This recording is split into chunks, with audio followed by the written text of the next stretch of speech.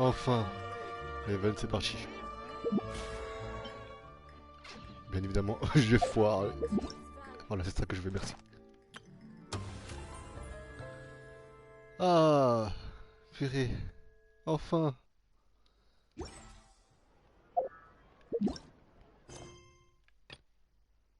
Il est là.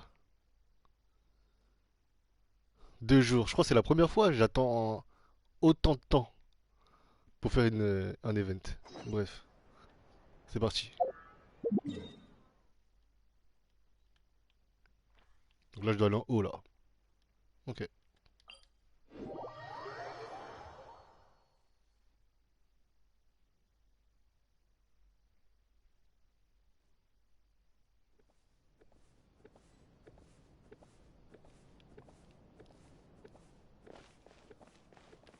c'est parti.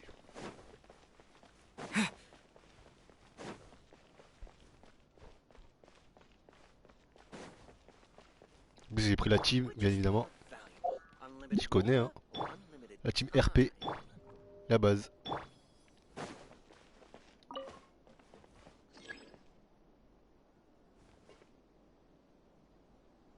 Ouais, t'inquiète, je me rappelle.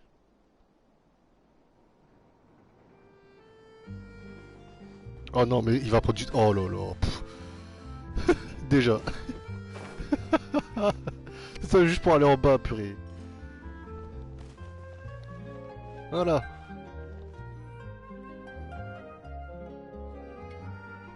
Oh, elle est trop belle. J'adore son design. Oh là là, les talons.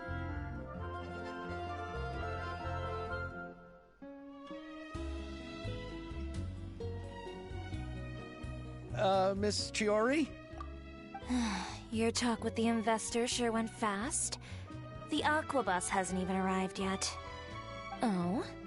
And who are they? Allow me to introduce you. This is the Traveler and Paimon. Pleased to meet you. Likewise! We've heard the owner of Chiori Boutique is a skilled seamstress, so it's a real pleasure to finally meet you in person. La garde-robe de Navia est exceptionnelle, ma chère. Why, thank you. I strove to create an outfit that matched her high social station as the demoiselle. So tell me, what happened? I can tell the conversation didn't go quite as expected. Well, it's like this.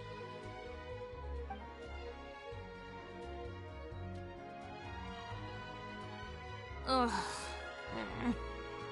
I know, Chiori, you don't have to say it.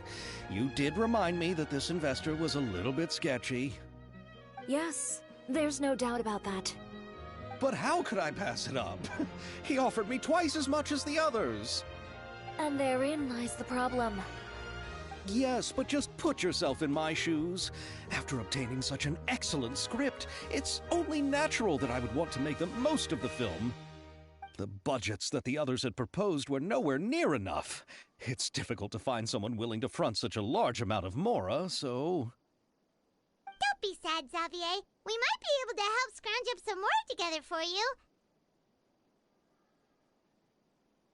Oh, thank you, Paimon. That means a lot to me. But the cost of the film is staggering. I'm afraid that any mora we can scrounge together in a short amount of time won't even be able to cover the actors' fees. We need to move on. What's happened has already happened, and there's no changing it. But now's not the time to give up.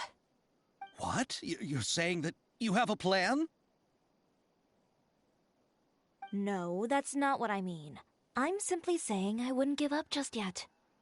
The actors I recommended aren't just after Mora after all.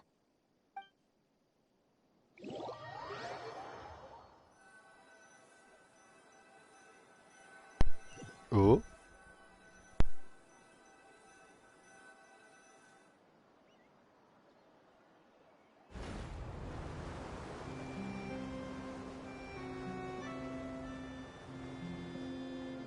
Really? Then where do you live? We Malazines live in Mercy Village. The only way to enter is from underwater. Oh, you must be pretty tired after work every day, right?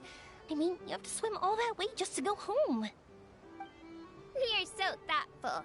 But some Melusines choose to live in the court of Fontaine because it's so much more convenient.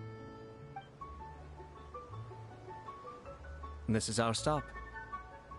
Oh, we've arrived, but I haven't even finished chatting with Aval yet. I also enjoyed Aval's introductions to Fontaine along the way. Everything you described was so clear and detailed that we can't help but want to hear more. Le skin d'Ayaka Thank de you so Fontaine, là, much. il est I'm usually incroyable. working here on the Ça soccer va bus, parfaitement. En plus, so à la I Fontaine, hope c'est I'll have the parfait. chance to see you again. There are still many more places I'd like to introduce to you. Ah, Inazuma, c'était bizarre un peu. Mais là, maintenant, qu'on est à Fontaine, c'est incroyable.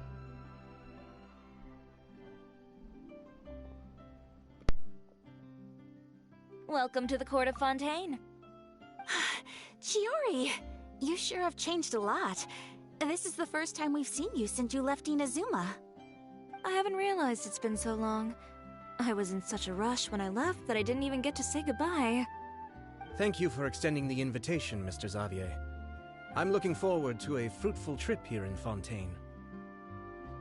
Ah, it's an honor to have the head of the Kamisato clan visit us. So they're who you meant when you said you had actors coming from Inazuma? Oh? It's the Traveler and Paimon. Wow, what a coincidence! Ayaka and I were just talking about you on the way here. Are you also here for the film? We just ran into Xavier earlier and came over with him. But I'm not an actress. Sir Kamisato and Lady Ayaka are the real actors here. I'm just tagging along with Ayaka to have a good time together.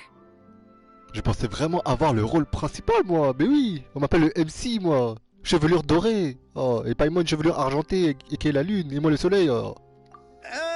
About that, I mean, how was I supposed to contact you when I was making preparations for the film? I figured you were probably busy, and I didn't want to disturb you. So I could only keep you in the back of my mind while I sought other actors to play the lead roles in the film. I had been thinking about a surprise reunion with you during our trip here, but you still managed to surprise me first. Oh, so you all know each other already. My, what a coincidence. What are the chances everyone could be brought together here like this? Why don't we go to Hotel de Boer and catch up over a meal? I've already made a reservation. Huh? Did you reserve 2 spots for us too? Yes, of course, of course. I'll be sure to tell the boss to serve a few more delicious dishes just to make sure there'll be enough food. Very well. Then please, kindly lead the way, Mr. Xavier.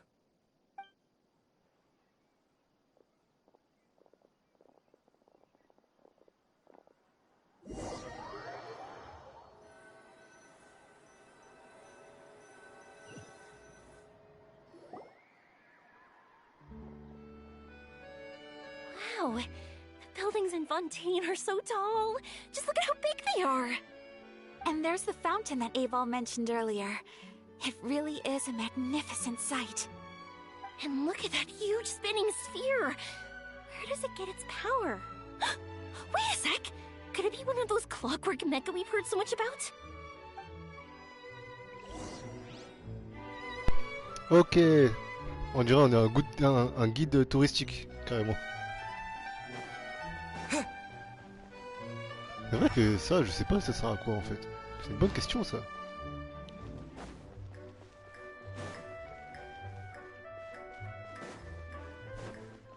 Y'a pas un escalier là? Ah, ok.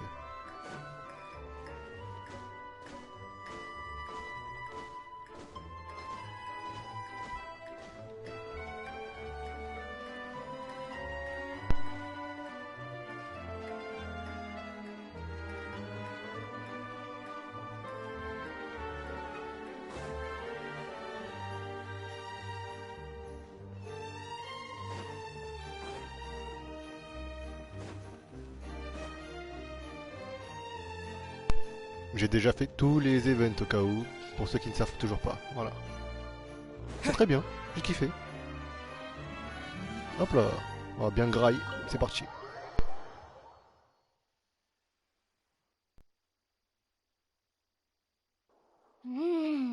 So this is is what food from Fontaine is like. It sure is different from what we have in Inazuma. How should I describe it? It seems like you have to go through a lot more steps to make them. And the flavor has many layers too. Yes. When I first went to Inazuma, I actually thought the food there tasted a little too bland. It took some time for me to get used to it. Let's get back to the purpose of this trip for a moment, shall we? How have preparations for the film been coming along, Mr. Xavier? Well, I've already assembled most of the film crew, a lighting specialist, a prop manager, and a costume designer. I've also bought the copyrights from the novel's author. Oh, it's called The Two Musketeers, right? I read the script you sent me on the way here. The story is pretty good. Originally, I was planning to start filming as soon as Sir Kamisato and Lady Ayaka arrived in Fontaine, but I'm afraid I've run into a bit of a problem. Oh? What is it? It has to do with the film's investor, Mr. Morris. He suddenly informed me this morning that he's encountered some financial trouble and will be unable to release to me the amount of funding agreed upon. It's said that Fontaine's legal system is well developed. If he has violated the contract, then can't you simply take him to court over the matter? Well, I'm still more concerned about filming. Even if I were to take him to court, I'm afraid it would take months before the case could even be heard. Then, is there a way we could raise funds ourselves to solve the problem? I've considered that option too, but unfortunately, it's difficult to gather such a large amount of mora on such short notice. Besides, we have to consider the film festival's submission deadline. Mr. Xavier, if Ayaka and I were willing to perform for free, would that resolve the problem you are currently facing? What? No, out of the question.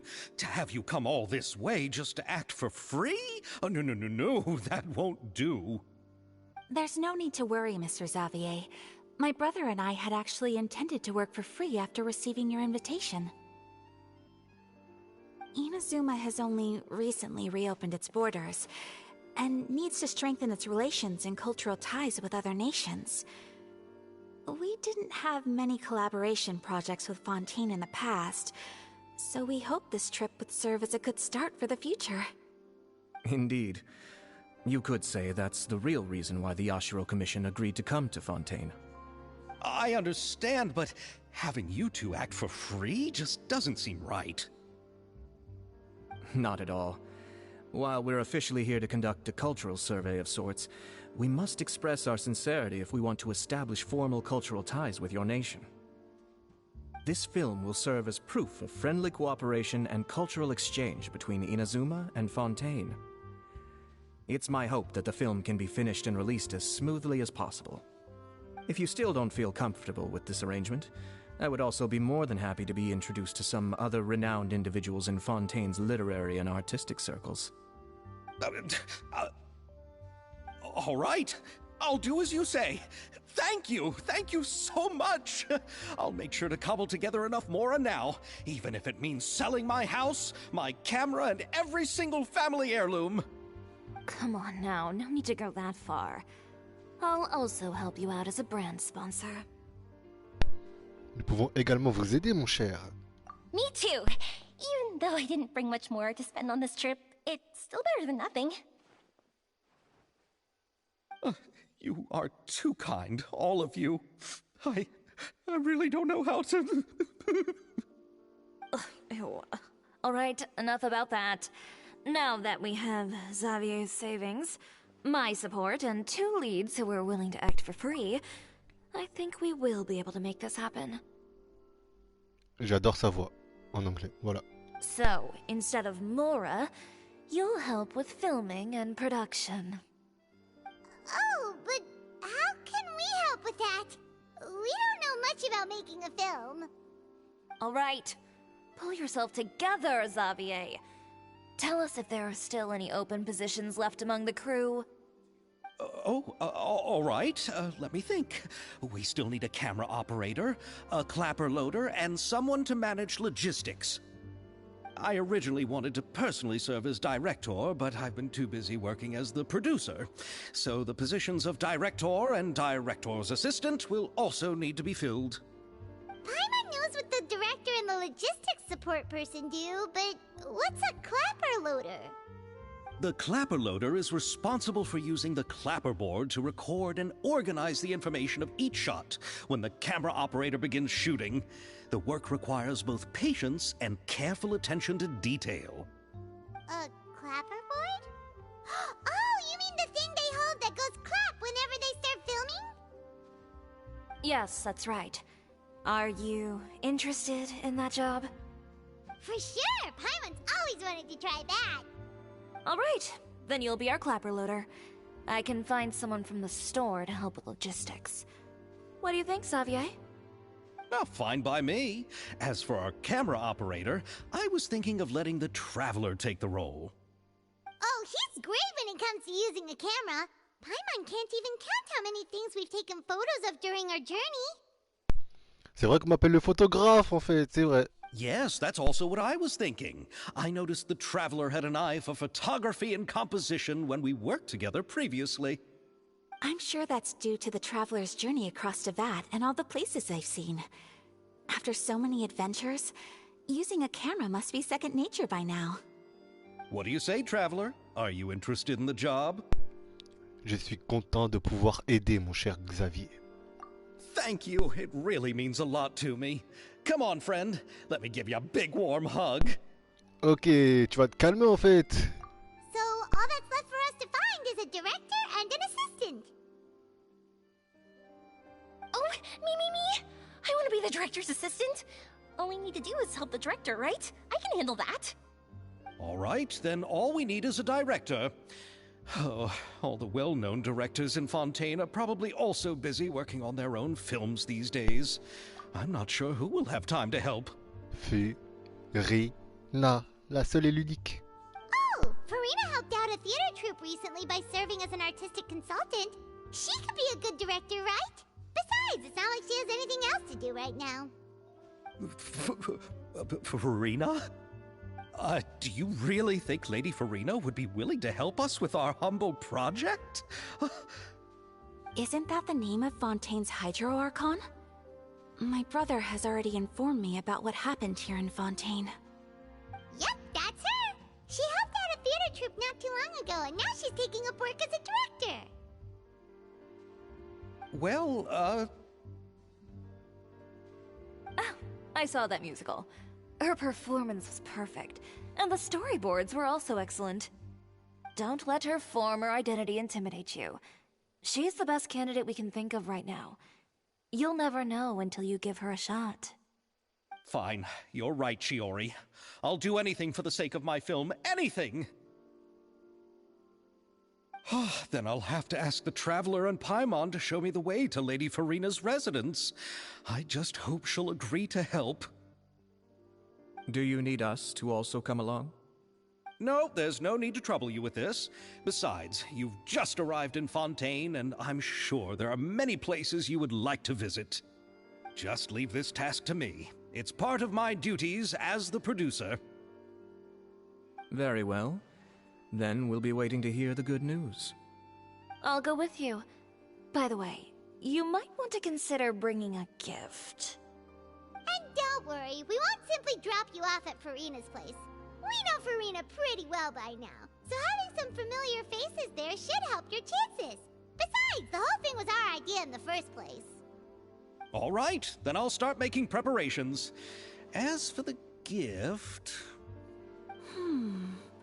A gift for someone who was once seen as the Hydro Archon.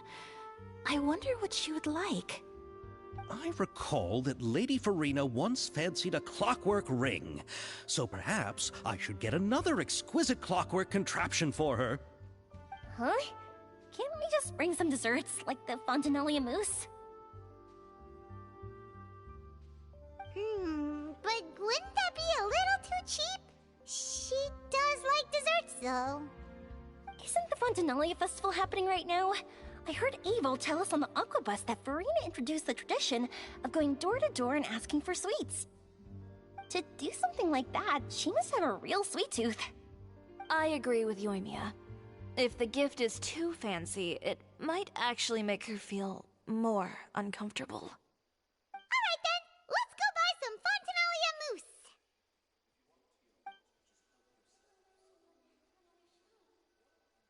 But will that really be enough? We'll be asking her to do a lot of work, you know. You're right. We need to further sweeten the deal. Huh? You want something even sweeter than Fontinalia mousse? Yes, we'll need a gift that's sweeter than any dessert in the world. But what could that be? Your words of praise.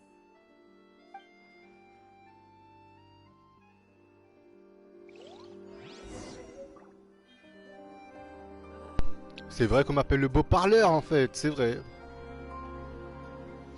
C'est vrai que j'ai le pouvoir de conquérir les personnes en fait. Looking forward to the good news.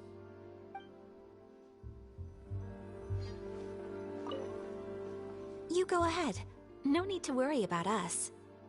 Oh, I hope Farina will like the gifts we prepared. Oh, and if you still think we should get something else for her, just let me know. I should be able to make some fireworks.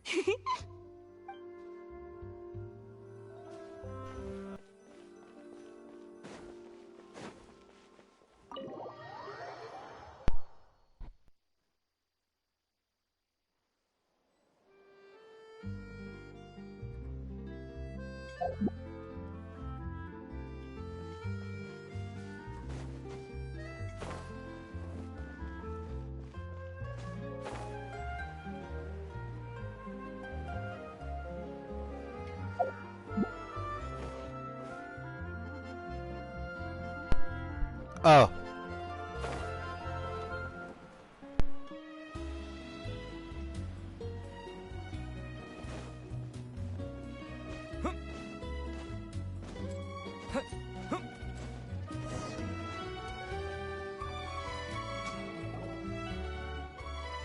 We're here! This is where Farina lives. Okay, I'll go knock on the door.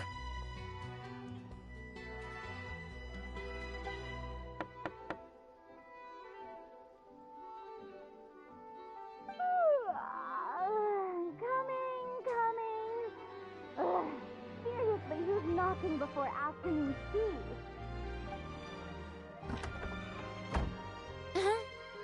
Who are you? Lady Farina, please allow me to introduce myself. I am Xavier, a film director. Hello. Oh, is that the traveler in Paimon I see behind you? And who's this? I'm Chiori. Ah, the one from Chioria Boutique. Hello, hello. So, what are you all doing here? Do you need something? Did you just get up, Farina? It's already past noon, you know. Paimon, tu te tais, s'il te plaît, merci. Huh? Oh, Paimon means the weather is so nice in the afternoon and the sun is so warm. Just like how you make us feel. Sleeping in late is a really smart idea. No. I was just up late last night reading some novels. What does sleeping in have to do with the weather? This is a small gift we've prepared for you, Lady Farina. We hope you like it. No need to be so formal. I'm just a regular person like everyone else now. Oh, is this Fontinalia mousse? It's one of my Allez, hop. favorites. On l'a That's eu. great! So, actually, there's something we need your help with. Given your renowned passion and understanding of drama, I would like to ask that you serve as the director of our film crew. Oh, but didn't you just say that you're a director? Yes, but for this particular project, I'm mainly working as a producer. Besides, I'm sure that your understanding of the performing arts far surpasses my own, Lady Farina. Are the Traveler and Paimon also part of the film crew? Yep, we sure are. Paimon's the clapper loader and he's the camera operator. camera operator. That can be a pretty technical job, and it directly affects the final quality of the film. Are you really up to it? Ne t'inquiète même pas en fait, ma chère Furina m'appelle le boss en fait. J'ai plusieurs Oscars, j'ai plusieurs Césars, j'ai plusieurs festivals de Cannes. Ne t'inquiète pas Furina. Vous voulez que je vous montre? No, I'm not questioning your abilities. It's just that I've never really seen you use a camera before. Maybe you can come up with a test for the Traveler and see for yourself. If he can satisfy you with his camera skills, then you'd have nothing to worry about and can join the team. What do you say?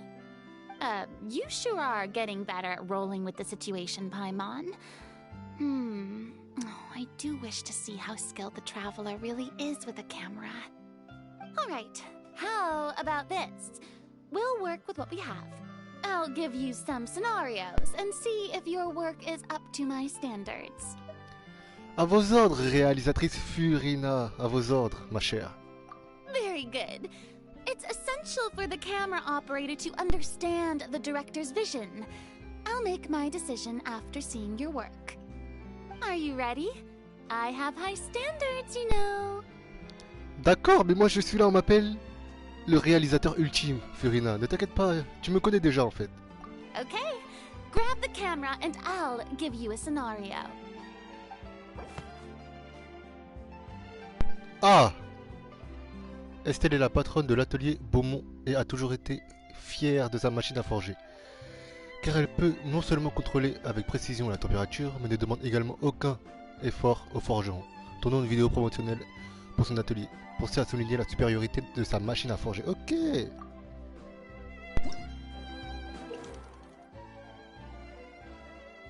Oh mon dieu! Ah ok, il y a même ça dans les ventes! Oh. Ah ouais! Vous devez filmer plusieurs plans, blablabla, ouais ça je connais. J'ai fait l'event mon cher, j'ai fait l'event. Ok. Donc là, il y a la position de caméra et ça. Alors, montrer un plan contenant l'atelier Beaumont.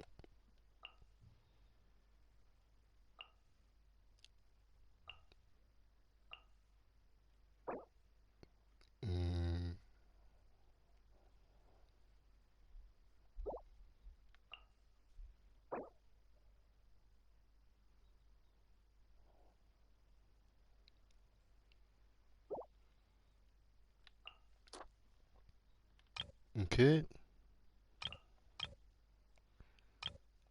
Hop. Montrer un plan de la machine à forger. Un plan de travail. Hop là.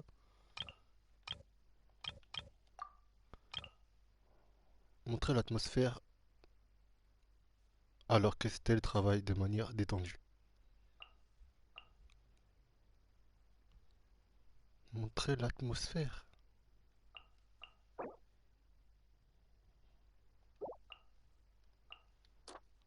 Hop, j'imagine. Hop là. Montrer la disposition des boîtes produites par l'atelier Beaumont. Hop là. Montrer un plan concernant l'atelier Beaumont.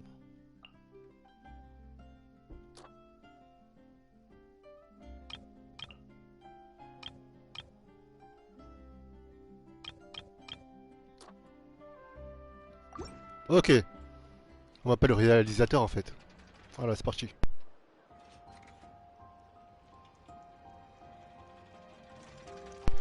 Cette machine peut contrôler avec perfection la force et appliquer la température, blablabla. Je pense que c'est trop rapide pour moi. Grâce à cette machine, Estelle, la propriétaire de l'atelier Beaumont, peut profiter confortablement de chaque journée de travail. Mais ne vous inquiétez pas, les armes produites par l'atelier Beaumont sont d'une qualité exceptionnelle, avec une conception... Putain de merde. Si vous cherchez les armes, c'est l'atelier Beaumont qu'il vous faut. Let's go!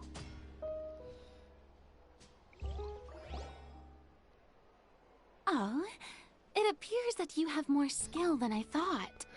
Mais on m'appelle le réalisateur de films exceptionnels, Furina. Pourquoi t'es choqué? Je suis le personnage principal.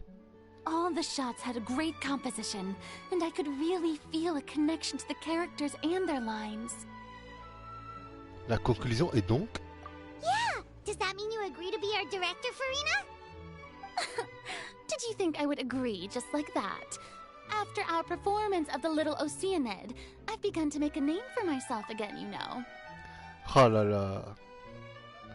Si je pouvais vivre... Non, désolé. In fact, I've already had several troops approach me for the Fontanalia Film Festival. Unfortunately, the scripts were all pretty boring and didn't pique my interest. If others were to find out I agreed to work with you so easily, then, well... Hey, but didn't we have a deal? What else do we need to do to convince you, Farina? Well, what about the pay? Huh? You know, how much you're willing to pay me to be the director? The pay is also an important factor for me to consider, you know. Well, I can offer you this much? What? That's all? If Nervilat were to hear of this, he could charge you with underpaying your Oh, labor. excuse-nous, Diva. I'm Excuse-nous, Diva. sorry, but our crew is in a tight financial spot at the moment. I see. Well, even though it's highly unlikely now that I'll join your crew, there's still something I'd like to ask. Exactly what film are you planning to make? Oh, our script is an adaptation of The Two Musketeers. Huh? Wait, you mean the suspense thriller novel that was a #1 bestseller? Oh, so Farina's read it too. Of course I read it. I've always had a keen interest in artistic works that strike a chord with the populace. I see. It all makes sense now. You must have used most of the budget to pay for the copyright. Not really. The novel's author transferred the copyright to me practically for free once he heard that I wanted to make a film adaptation of the story. The lack of budget is due to another issue. He probably just wants to get his name out there. So, Mora isn't the most important thing to him right now. It reminds me of a delivery courier who wears one of my designs while traveling all across Teyvat. I didn't charge her much for the outfit either. The exposure she provides for my brand is well worth it. So, are you a big fan of this story, Farina? Well, it's alright. The pacing of the story is good, but the character relationships could use some work. When I was reading it before, I always felt like some things were left on a rather unsatisfactory note. I have high standards, you know. Ahem, Mr. Xavier, if, hypothetically speaking, I agree to be the director, how much freedom would I have in terms of script revisions and creative interpretation? Oh, as much freedom as you would need. I wouldn't dare doubt the tastes of Fontaine's greatest star. Good. Then I'm free to alter the script as I see fit? Absolutely, no problem. Il a validé vite, hein, mais c'est pas grave, je sais, c'est Furina, c'est la boss, c'est la reine, ok. Bref. Donc autant se retrouve aux grandes réalisatrices. Furina de Fontaine. All right. It seems that your crew really can't go on without my care and direction. So, you agree? Yes, I agree. Although the pay is well below what someone of my caliber deserves, a great script calls for a great director. I mustn't let a perfectly good story be ruined due to lack of funds. If you have fine cheese and bread, you wouldn't just let it sit on the counter and get moldy just because you lack an oven, right? Merci, Demoiselle Furina. Oh, Hydro Archon above! I'm not dreaming, am I? Somebody pinch me. There's no more Hydro Archon, you know. And it's still a little early to celebrate. There's a lot that goes into shooting a film. Although the trickiest tasks of finalizing the script and casting the actors have already been taken care of, we'll still need to reserve filming locations. Not to say set up lighting and props. And by the way, since we'll be filming the two Mousquets, we'll need to find an action choreographer. Ideally, a professional who has actual experience with muskets. Yes, I've thought about this as well. I was hoping that you might know someone who could handle the job. Me? If this was before, I could have simply asked Florand. But it's already been some time since I last talked to her. Navia can also use firearms, but unfortunately, her style is quite different from that of the characters in the story. Could we ask the Special Security and Surveillance Patrol? Oh, you mean the Special Patrol's Musketeers? Yes, that's right. They work with muskets every day. I can't think of anyone more qualified than them. They would be under Nervilette's jurisdiction. Unfortunately, I don't have any connection with them at all. So, in the end, we still have to start by talking to Nervilette. No need to go to all that trouble. I know their Captain Chevreuse. Oh, you do? Wait, Chiori, how do you know the captain of the Special Patrol's Musketeers? No particular reason. Running a business means dealing with some trouble from time to time, and she's helped me out on a few occasions. In return, I've helped her handle a few situations in which the Special Patrol couldn't get involved directly. So, we've gotten to know each other over time. So you're saying there's been times when the Special Patrol needed a fashion designer to handle a situation? Your work is becoming more and more mysterious. It'd be best to keep it that way. Anyway, enough about that. What do you all think about asking the captain to be our musket action choreographer? She sounds professional enough. She is a captain, after all. I have no objections. But I imagine the Special Security and Surveillance Patrol must be busy with their duties. Do you think she'd really have time to help with shooting a film? And then there's the issue of pay. Well, it just so happens that she's also not the kind of person that's just after Mora. As for whether she has time, I'll have to go and ask her first. Then I'll leave that to you. Macaroni's on sale today, so I've got to go. You can just tell me how things went when we discuss tomorrow's plan later. No problem. Having Farina join feels like a big boost to our team! Of course. Just wait until the day of our premiere. You'll witness the true power of my name in these lands. You'll be so glad I agreed to help. I can guarantee that even the standing tickets will be sold out. I'll be sure to ask some people I know to see if they'd be willing to act as extras. Seems like you're finally getting more comfortable with your own reputation now. I didn't ask for the Clapperloader's commentary, Paimon. J'ai hâte de voir la première en fait. Demoiselle Farina. Then let's get going. I happen to know where Chevreuse is today.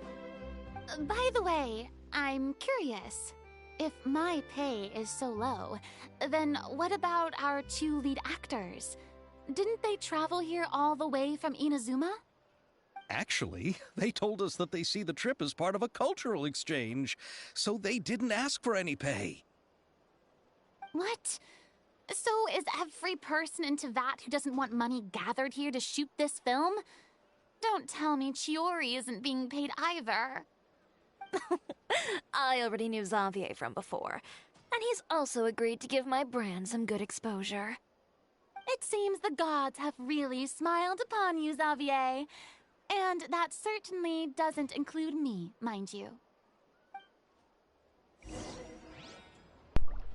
T'es la seule qui demande de l'argent, ma chère Farina, mais c'est pas grave. T'es incroyable, donc je te pardonne.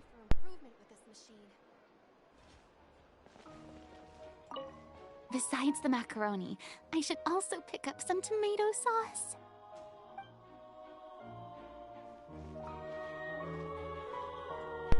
Oh, parfait. Dud,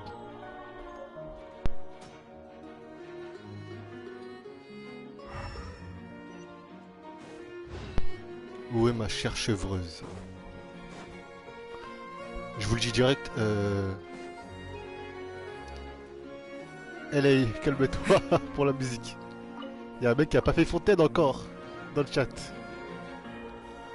Mais la musique est incroyable, comme toutes les musiques de toutes les villes, hein, de toute façon.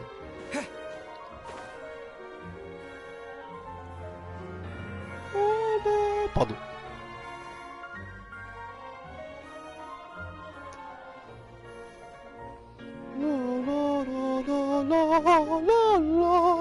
Pardon.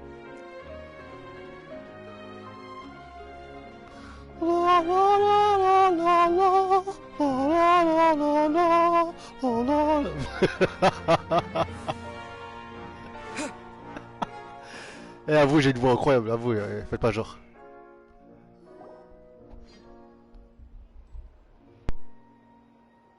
All right, this is the place. But where's the captain? There's hardly anyone around here. She's over there. The one with an eye patch reading in front of the newsstand. Oh, her! Paimon could tell there was something different about her. She seems kinda intimidating. Please wait here for a moment. I'll go fetch her. She's working now, so you might not want to get in her way. Working? But isn't she just standing there and reading a novel? Just trust me. Oh, alright, let's see what happens then. Chiori sure is a mysterious person. She claims just to be a fashion designer, but she knows all these powerful people. The court of Fontaine isn't particularly tolerant of visitors from overseas, so it isn't easy for a foreigner to promote their brand here. Even more so in the competitive world of fashion. Even a local like me just trying to make a film has to face all kinds of challenges. So I can only imagine what Chiori has been through to get where she is today. I'm sure that having more connections has definitely worked in her favor. Reading on the job? Detective novel. One main character? No. Multiple. Branching storylines. I see. How's the plot coming along? One of the main characters is about to make a choice that will affect the rest of his life. I'd wager he's going to make the wrong choice. Any way to speed things up? There's something I need your help with. You know that doesn't depend on me. It all comes down to what the character chooses. Which is exactly why I'm here to help.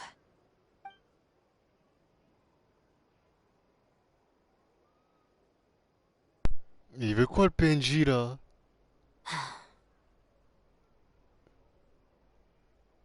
All right. It appears he made the wrong choice in the end. Halt! Voilà. C'est ça, chevreuse, elle a le acquis de l'observation. Hand over whatever you're holding. Oh, Voleur. it's just a book. I didn't buy anything else. Then I'm sure you wouldn't mind letting me have a look. Excuse me, officer. I don't mind you standing around here, not purchasing anything, but I'd prefer if you didn't disturb my customers. It's bad for business, you know? Don't give me that act. You won't be able to get off so easily either. I am chevreuse, captain of Fontaine's Special Security and Surveillance Patrol. I will say this one last time. Hand over whatever you're holding at once. And before you do anything unwise, let me remind you that I'll have you on the ground before you can even think about making a run for it. All right. I'll give it to you.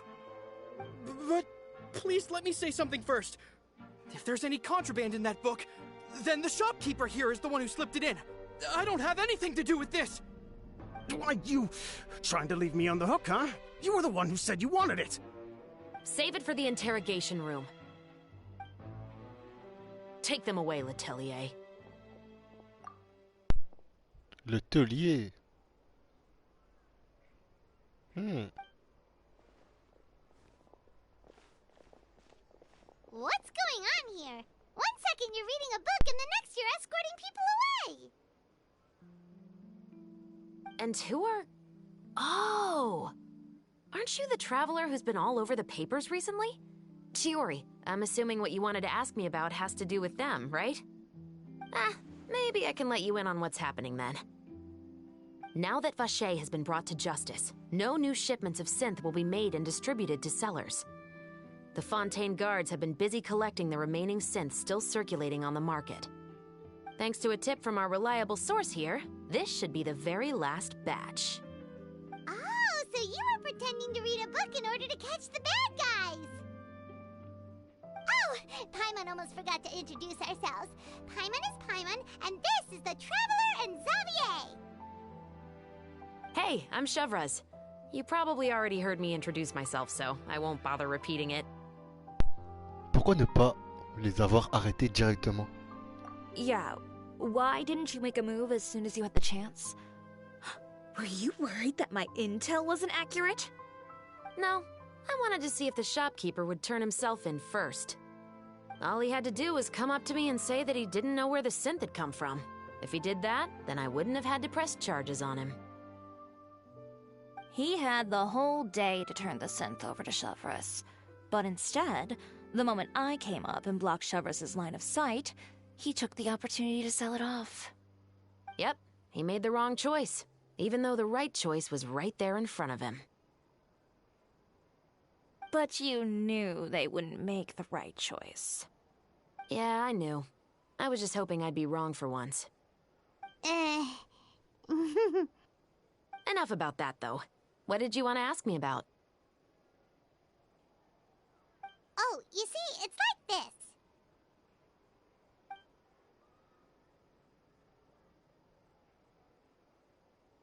The Two Musketeers. You certainly have a good eye for a story. So what do you need me to do? Just be the action choreographer for the actors? Yes, that's right. I want to make sure we get all the details right. I want the actor's posture and understanding of firearms to be as realistic as possible. However, I'm afraid this work will require a bit of your time, since you'll have to be present whenever we're filming. Also, as for the pay... No need to say any more. I'll join. Huh? Just like that?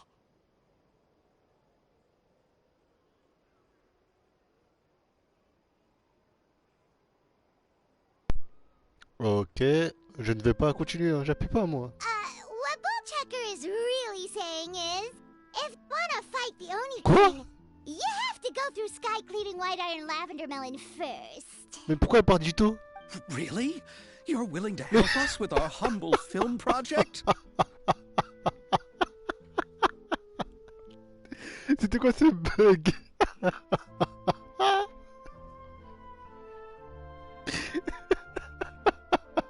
Elle parlait du bull checker, ça veut dire... je sais plus comment il s'appelle. Son surnom qu'elle donne à Ito. Ça veut dire que le... Attends, mais pourquoi elle a dit ça? Est-ce que l'event d'Ito vient de commencer là? Il est sorti? L'event de Scarabée là. Le fight de Scarabée. Non, même pas? Mais pourquoi elle parle de ça alors? C'était chelou. Mais je vais clipper ça plus tard. Non, c'est trop. Bref. Sure, it's no big deal. As I said, we've wrapped up our investigation here, so I don't have any other tasks on my plate for the moment. Besides, I personally really like this novel. I even have the collector's edition at home. Stories where justice prevails over evil never get old for me. Then we've got a deal? Yes, I'll see you on set tomorrow. Oh my! I can hardly believe it! I should tell Lady Farina immediately.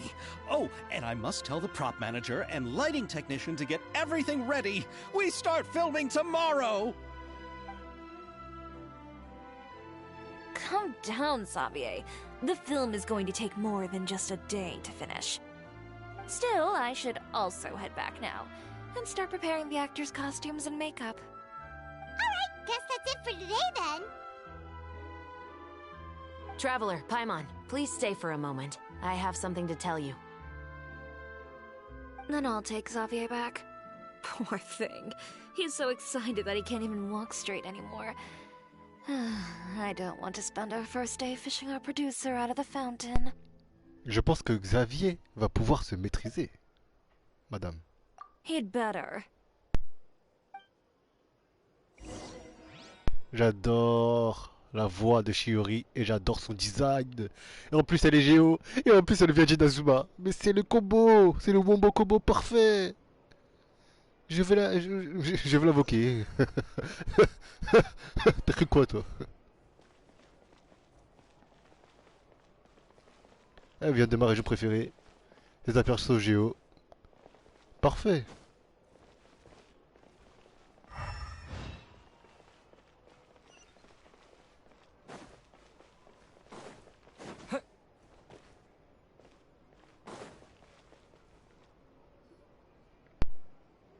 So what did you want to tell us, chevreuse? Have you read The Two Musketeers? Non. J'en ai entendu parler mais j'en ai pas encore lu. Je l'ai pas encore lu, désolé. Peux-tu m'expliquer s'il te plaît? Merci. The story is about a pair of children born into the household of a baron, and their struggle to survive together and take revenge for their mother. They were raised at the baron's estate, where their mother worked as a maid. The two were illegitimate children that the baron had with the maid, so they were never treated well by anyone. One day, upon returning home, they found their mother had been murdered and left dead on the floor. It was quite evident that the culprits were the other members of the baron's household, who never had any kind words to say to them. However, the baron was able to exert his influence and keep the whole thing under wraps. The mother's death was eventually deemed as a suicide, and there was no chance of bringing her murderers to justice. The two siblings decided to flee and someday avenge their mother. Many years later, members of the baron's family suddenly started turning up dead one after the other, all killed by gunshot. A rainbow rose was found on each of the victims' bodies, being the flower that the kid's mother liked best. The baron believed that the mother's soul had come to take vengeance on him, so he lived in fear each day. But it was actually those two siblings who had fled all those years ago. They relied on each other to survive and trained day and night, eventually becoming adept musketeers. They used all of their abilities to collect evidence and clues before executing their plan and exacting revenge on the baron. Their actions let the truth behind their mother's death be known to all. That's quite an exhilarating story. Yep, the baron got what he deserved for his evil deeds, and justice was able to prevail. It was just the kind of story I enjoy. Oh, so is that why you were so willing to join our crew, chevreuse? You could say it was one of the reasons.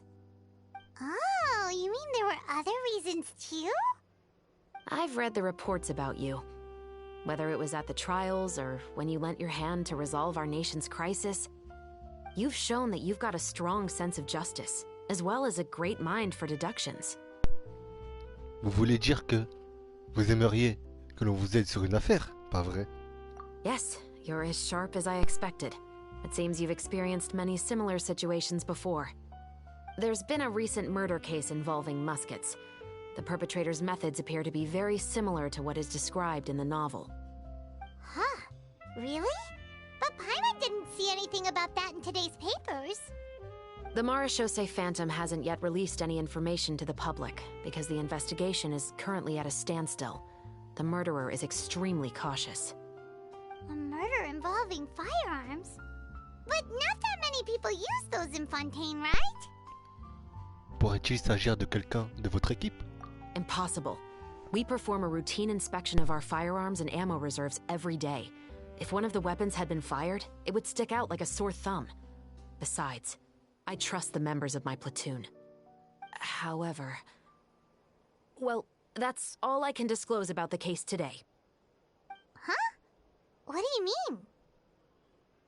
I hope you all can go back and get some shut-eye. You can decide tomorrow whether or not you'd like to join the investigation with me. I'm aware this might not be the ideal time to add more to your plate, but the more capable people we have, the better the chances that justice will prevail.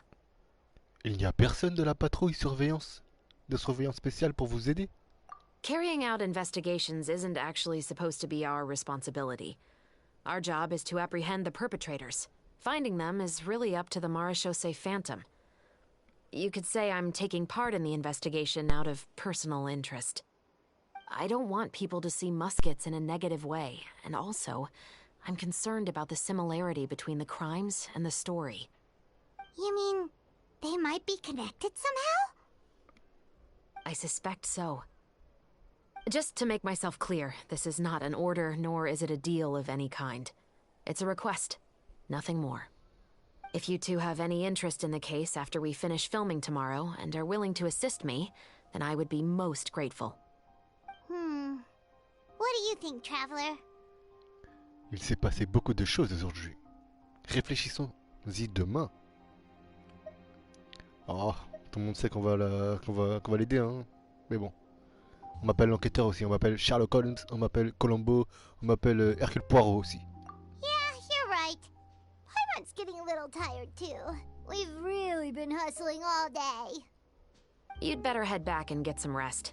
It's good to keep a calm mind, especially when you're about to make an important decision. Otherwise, when the moment comes, you might end up like that shopkeeper and not even realize that the right choice is right there in front of you. Acte 1 terminé. Ok. Ça a duré 1 heure pile poil. C'est abusé. Ok. Tout va bien.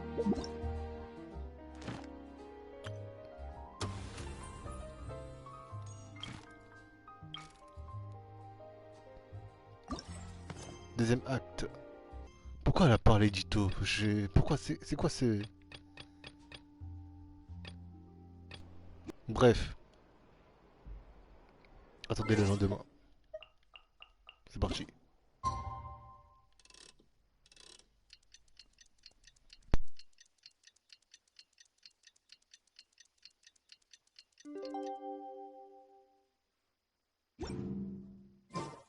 It's finally time to meet up with everyone.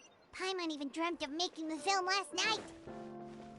If Paimon remembers right, we're meeting at Hotel de Boer. Let's get going!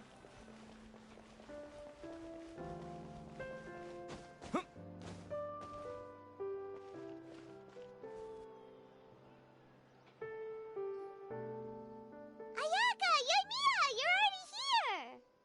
Good morning. Xavier said yesterday afternoon went well. Yeah, and how about you, Ayaka? What were you up to yesterday? After we split up, Ayato went to see Udex Nervillette at the Palais Mermonia. I was originally thinking of going with him, but he said he could manage it himself. He told me to go see the sights around Fontaine and to enjoy the local culture. So I rode the aquabus with Yoimiya and visited the Opera House on Aranias Island. Yeah, you wouldn't believe what we saw there! 2 mechanical puppets that were dancing together! You've already seen them, right? L'animation de Coppelia et le châtiment de Coppelius, bien évidemment. Yeah, those two! Amazing, aren't they? We sat and watched for quite a while. It was mesmerizing. Like we could keep watching them forever. Oh, it was the same for us the first time we saw them too! Afterwards, we went swimming at the beach! Well, diving, to be exact. It was the first time I ever breathed underwater! I held Ayaka's hand and we counted down together. 3, 2, 1, and then... splash! We were beneath the waves.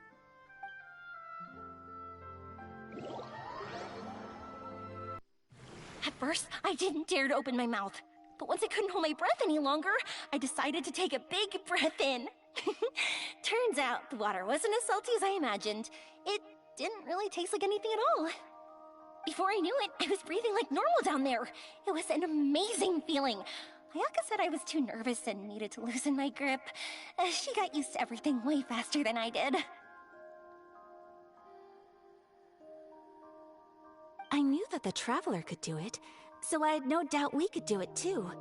That helped me feel at ease as soon as we dove in. The underwater world in Fontaine truly is beautiful. I love seeing the romaritime flowers blossoming underwater, like little candles lighting up the streets at night.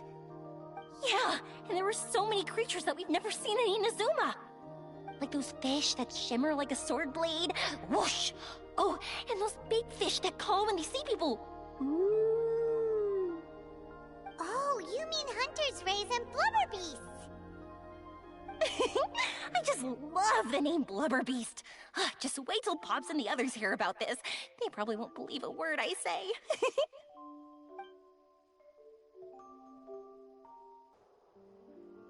Yoimiya was down there for quite a while.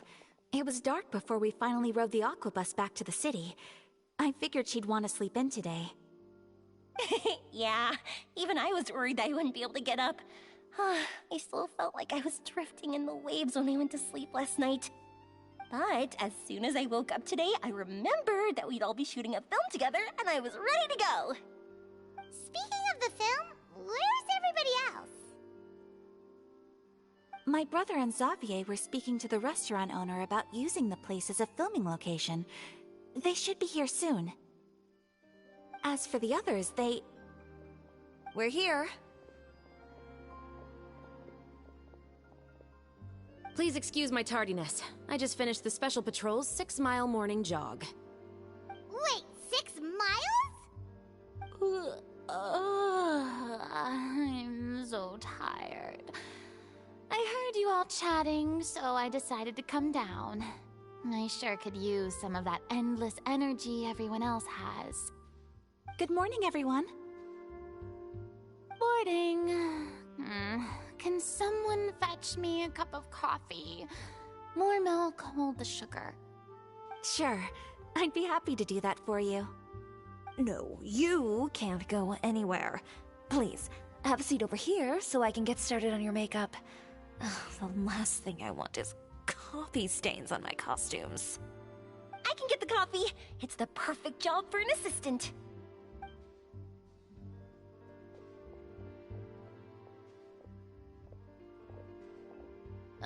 So much energy. Seriously, what's her secret? Oh, Yoimiya's always like that. But you sure look exhausted, Farina. It's because you're not used to waking up so early, huh? Of course not. I spent the whole night reading the novel from cover to cover, marking sections that either need to be omitted or adapted. Wow, Paimon didn't expect you to be so thorough. Well, I was the biggest star in all of Fontaine after all. It takes more than just a pretty face to earn a reputation like that. I know how to get serious when the situation calls for it. I went all out when I was acting as an Archon, so why wouldn't I do the same for my own life? Here's your coffee, Director Farina.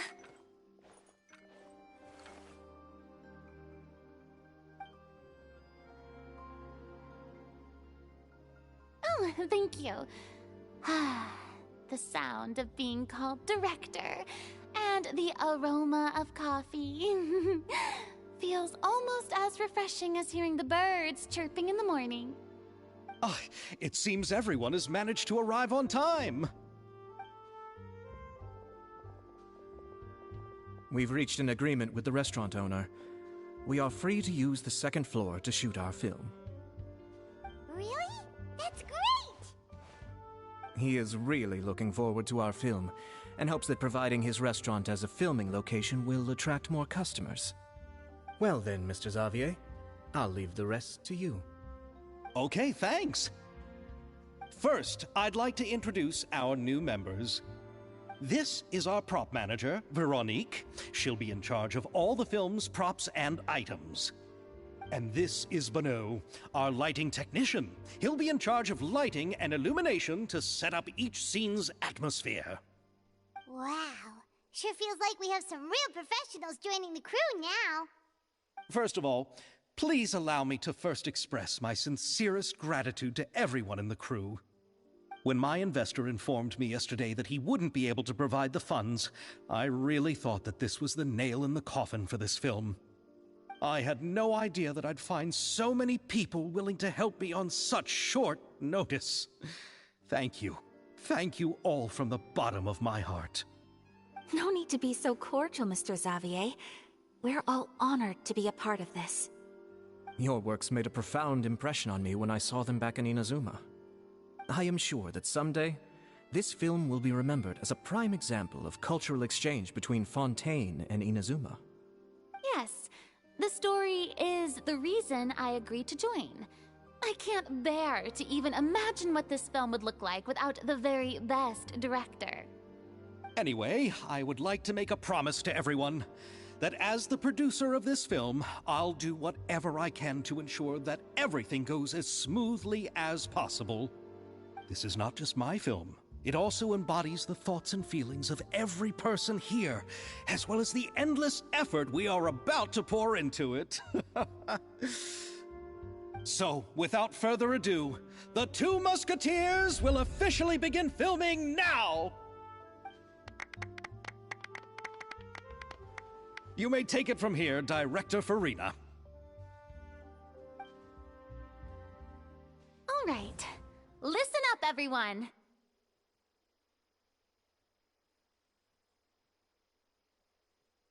The first scene takes place when the two young musketeers are living at the Baron's home, still unaware of all that is about to happen to them. We'll need props and lighting to set the scene. Our lead actors can go get their makeup done, and extras, please take this time to go over your positions.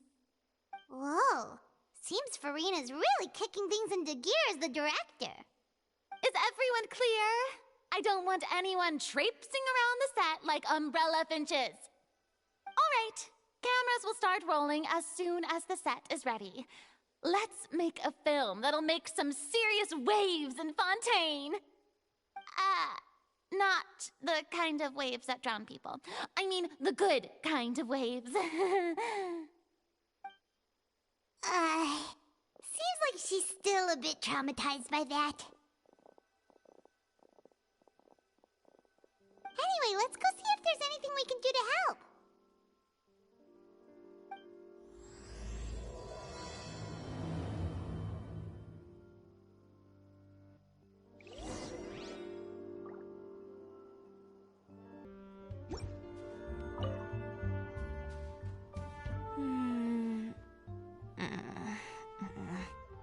Ayaka has mentioned you to me before. She said that you two were great friends when you were kids. No talking. I'm thinking about how to do your eyeshadow. Ah, yes. To help me really look the part. To achieve a more young and naive look for this scene. Are you saying the wrinkles around my eyes are too deep? You just have too much of a calculating look in your eyes. You sure don't mince your words. It seems you really haven't changed much. Quiet. I'm so annoyed.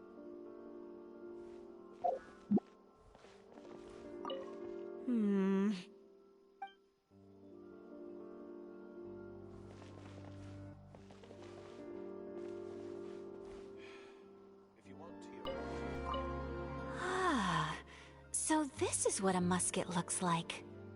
Not exactly.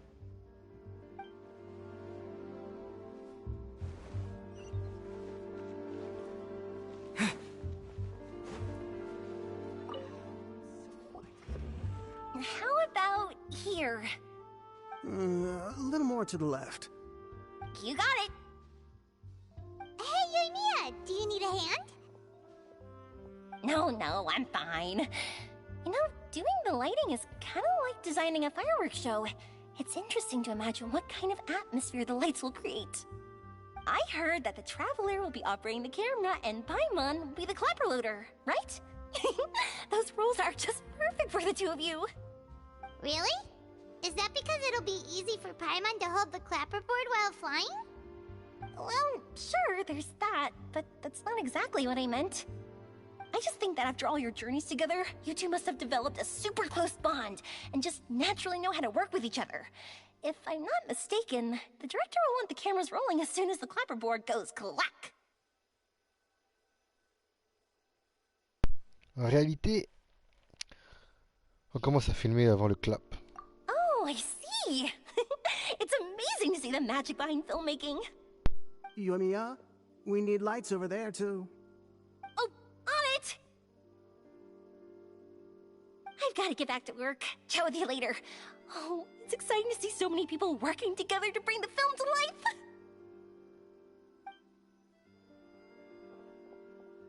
Seems like Yamiya's really getting into it. But she was right. We do have a super close bond, don't we? C'est évident, voyons. Paimon's really happy to hear that.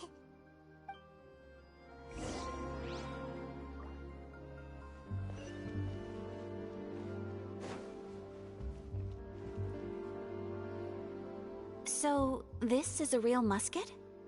No, it's just a prop weapon. Not bad. Have you seen a real musket before? Only in books and newspapers. I made this one based on the relative shape and proportions I saw in reference images. When we're filming, some special gunpowder will be applied around the muzzle, which will help create the flash and smoke effects of a real gun being fired. Which means it'll be up to the actors to portray the recoil. That's right. The sound effects for gunshots will also be added in post-production. Thank you, Veronique. I think I know where to start now. However, the musket's gears and firing pin could still use some work. Adding some wear on the metallic components will make them appear more realistic. Also, be sure to rub the muskets with some oil each time before we start shooting. That'll give the impression that the firearms have been well maintenanced. Good point. You seem to know a lot, Miss Chevreuse. I assume you use these types of firearms on a regular basis? Yes, I perform routine maintenance on my weapons every day. Just like we as people need to eat and sleep, muskets need to be cleaned and maintained. I also perform similar care for my sword every day, and familiarize myself with its shape and weight, to the point where it feels like a natural extension of my body. Yes, this way, our weapons will never betray us in the heat of battle. Yes, well said. It seems we have the same philosophy on this topic. Oh, sounds like they found a common interest to talk about. Though these props differ from the muskets I use, I can still give you some pointers. Good. I look forward to your instruction. First and foremost, never point the weapon at anyone, regardless of whether it's a real or prop weapon or whether you're holding it or it's on the table. This holds for any time when you're not actively engaging an enemy. Okay, understood. When aiming the musket, extend your arm so that it's level with your shoulder, and use your eye to look down the weapon's sights. Like this? Not bad. Now, try saying your lines. This is the end of the road for you. Good. Now turn your body a little. That way, you'll give your enemy less of a target to work with. And relax your shoulders. Here, allow me to demonstrate. This is the end of the road for you. Huh. Excuse me, Miss Chiori. Director Farina, there's something I wish to discuss with you. Oh? What is it? Like this? Yes, much better. What do you think? I do see your point. But are you sure you wish to do this? I believe it would be most fitting. Well, if you insist. All right, I understand. Miss Ayaka, Miss Chevreuse, could the two of you please come over here? Huh? What's going on? Are we gonna start filming now? Let's go see. What is it? I have a question for you, Miss Chevreuse. Would you be willing to play the role of a musketeer? What? To clarify, I would like to turn over my role to Miss Chevreuse. But brother... Don't worry, Ayaka. I actually view this as a good thing. I was becoming troubled trying to set aside some time to speak to the staff at the Palais Mermonia.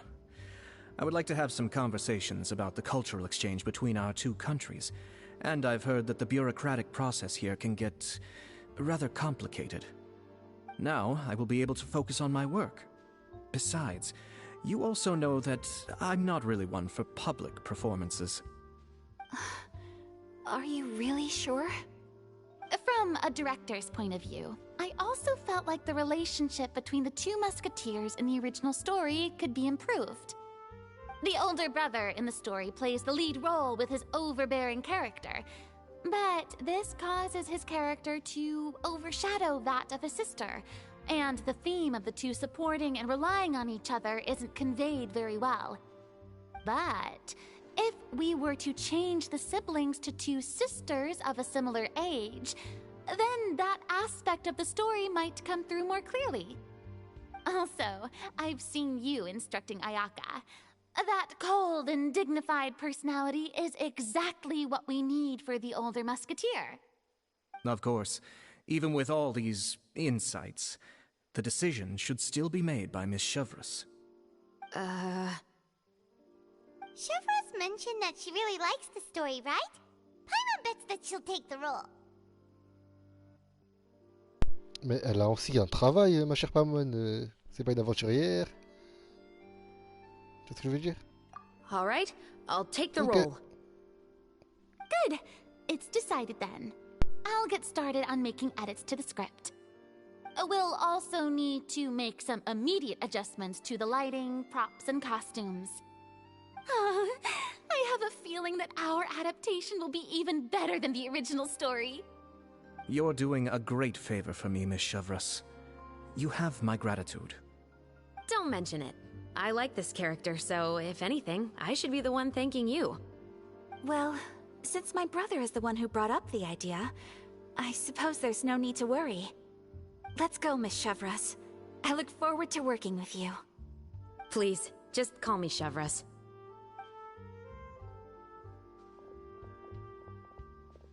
Seems like you're really going out of your way to solve the problem I was having with your makeup. Surely you jest, Chiori. I assure you that I was mostly motivated by a desire to spend more time on formal business. Oh, come on. You really think I'd buy that? According to what I've heard from Ayaka, her brother is someone who can juggle 10 different matters at the same time. I'm sure you have other reasons for backing out. Perhaps. Ayaka always said she wanted to go out and see more of the world, just like the Traveler. But I feel that she needs not only to see other nations, but also to make some different kinds of friends. I think it would be harder for her to make new connections with me constantly by her side. I would like to give her some space. Alright, go on. Spoil her some more. Ayato, it's too bad you're stepping down from the role. Paimon really wanted to see you act as a musketeer. Après c'est le châtiment que vous méritez. Au nom de la justice. Ok. No need to poke fun at me. I'd wager that you also felt that I wasn't the best candidate for the role. It's a little hard for Paimon to imagine you saying those lines. Vous allez vous remettre au travail? Non, il va enquêter. Comme chevreuse. Yes, I've made an appointment to meet some people from the Palais Mermonia. Now, I will have some more time to prepare. Traveler, get the camera ready. Paimon, get the clapperboard. Actors, to your positions. We're about to start shooting the first scene. Go on now. And please take good care of Ayaka. Yep, don't worry. Thank you. I look forward to seeing the film when it's finished.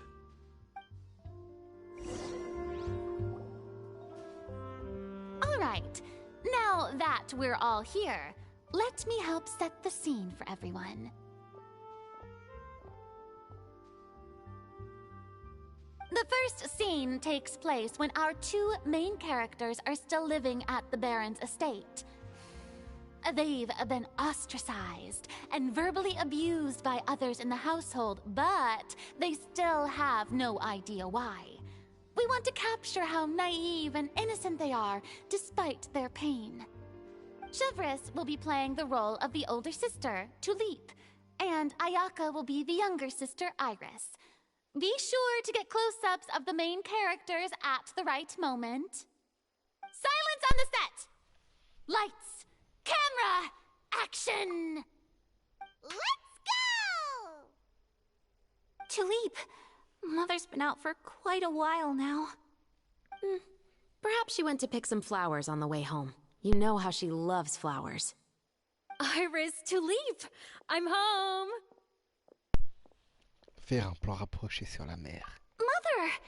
You were out for so long, we were beginning to worry about you.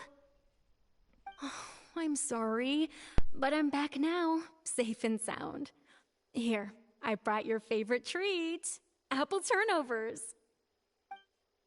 Mother, what are those bruises on your hand? Huh? What bruises? Oh, I must have bumped into something while I was working yesterday. C'était pas un plan sur les mains là. Mais bon, bref, on va rien dire. But I didn't notice them this morning. Then perhaps they're from when I accidentally tripped when I was out just now. By the way, did you have fun playing at home? What's the matter, Iris?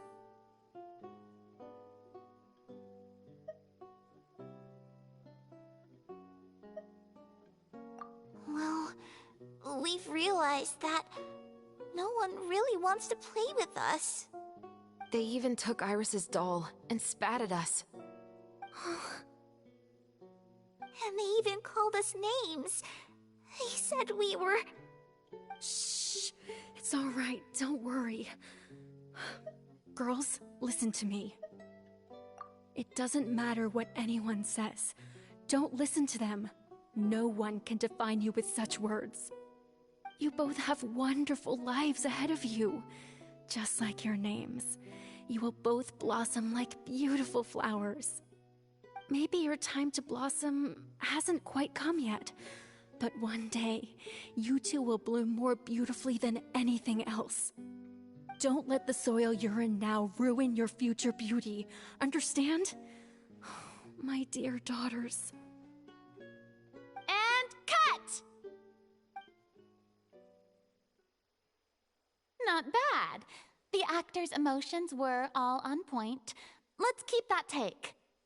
Also, if our clapper loader could avoid shouting at the start of the scene next time... Oh, got it. Great. I was a little worried that my nerves would get the better of me. What about you, chevreuse? I felt fine. The lines weren't too difficult at all. Seems like Farina must have adapted the role nicely. You two were great. I couldn't tell it was your first time acting in a film. You should have more confidence. Thank you for your encouragement. Positions, everyone! We'll move on to the next scene after we try a few more camera angles.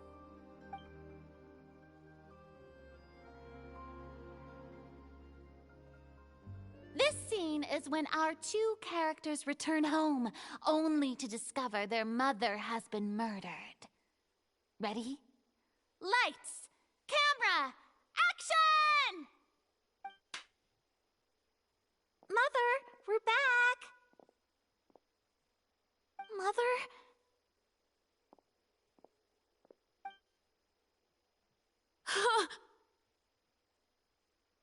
What's wrong, Tulip? Iris, stay away! Huh? Why? What's... Mother!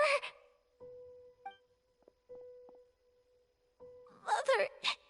She's...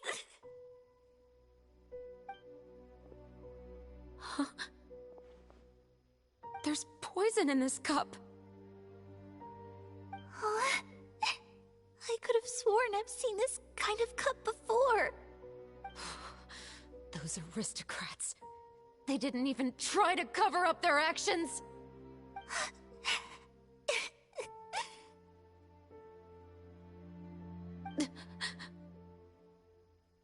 Iris, we need to leave this place. Leave? But now that Mother is gone, where can we even go? Anywhere. All I know is that we can't stay in this house. But are we just going to let them get away with this? We'll have our revenge, I promise you. Just Not right now.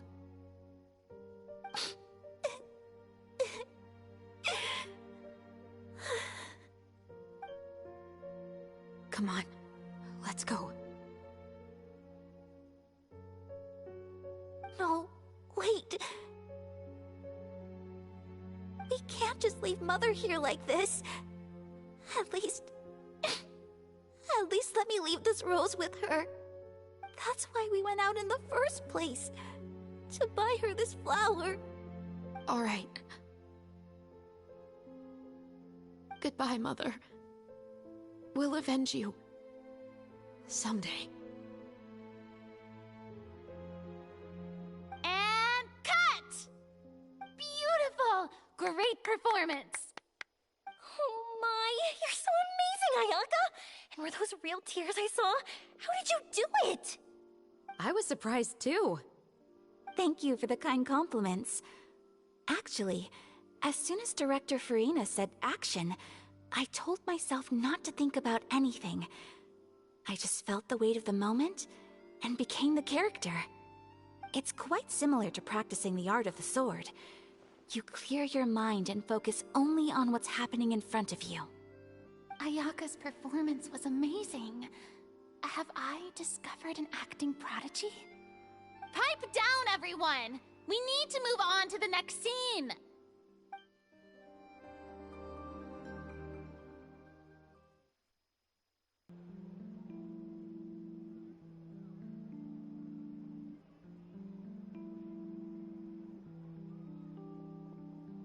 Huh?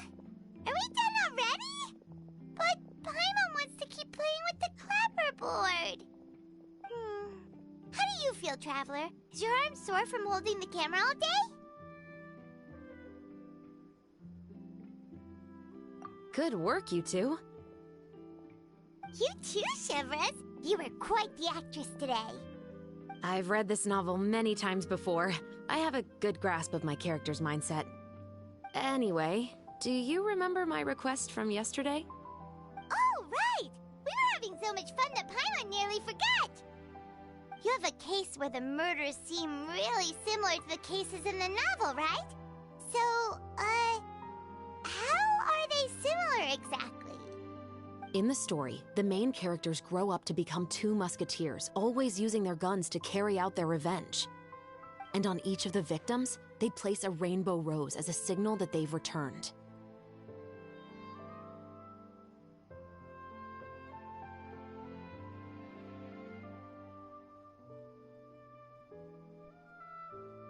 Yes, that's correct. We found rainbow roses just like in the novel. Seems like you're connecting the dots now. Oh, that does sound pretty concerning. Especially after seeing the script today. Oh, now Paimon can't stop wondering what kind of ulterior motive the murderer might have. What do you think, Traveler? You're smart. Paimon wants to hear your thoughts.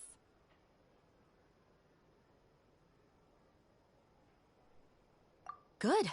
On behalf of Fontaine's Special Security and Surveillance Patrol, thank you for your dedication to justice. There's no time to lose. We should start investigating right away. Follow me. Huh? Right now? Well, we just got done filming all day. Paimon's so tired. The most valuable intel always comes after nightfall. They are like small, remote islands in the middle of the sea. If you don't stay vigilant, you will pass right by them in the fog. That's how one of my favorite books always puts it, at least. So, where are we going right now? Let's start by checking out some workshops that sell mechanical components. If the culprit is making their own weapons, it's very likely that they'll visit those sort of places.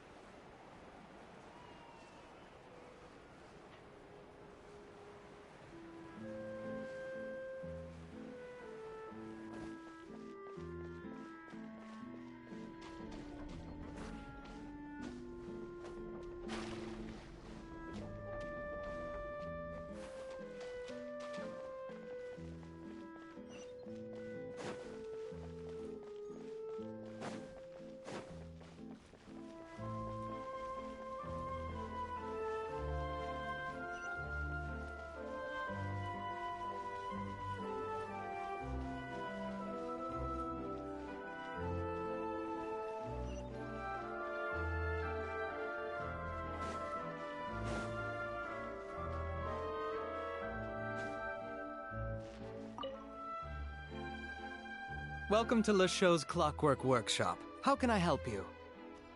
Hello. I'd like to know if anyone has purchased some special components lately. Special components? Sorry, could you be more specific? I mean the kind of components that aren't typically used for clockwork toys, but for firearms. Huh? For firearms? No, we don't sell those sort of things here. Don't misunderstand. I'm not here to cause any trouble. We are merely investigating a case, and we're hoping that you could cooperate. Well, to be completely honest, I'm not even sure what kind of components that would entail. Has anyone ever purchased components here as an individual rather than on behalf of an organization? We have a lot of customers who buy toys, but those who buy components are all regular customers who buy in bulk on behalf of their organization. Is that so? I understand. Thank you for your cooperation. You're welcome. It's the least I can do.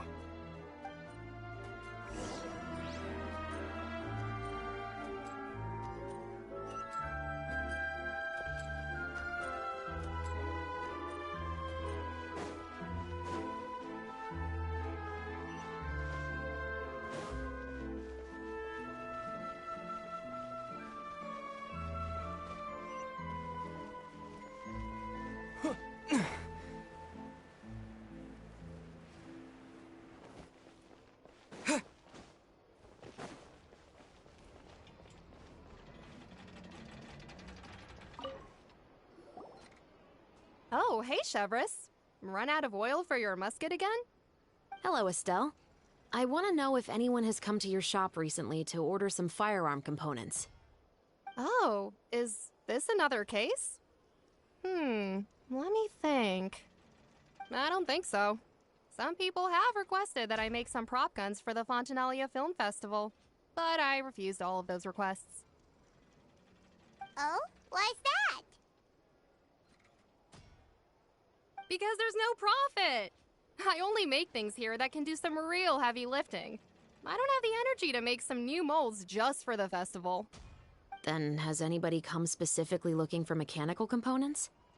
Well, I usually sell off my scrap to the Fleuve Cendre. I don't typically give them to one specific person. I understand.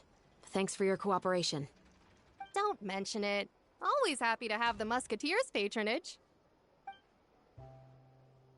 Seems like we haven't found any leads to go off yet. Yeah, unfortunately. Alright, let's head to Fleuve Cendre next. Huh? Are you sure? People might not be so thrilled to see the captain of the special patrol there. You think so, huh? Then I guess you don't know. Huh? Know what? That I grew up in Fleuve Cendre.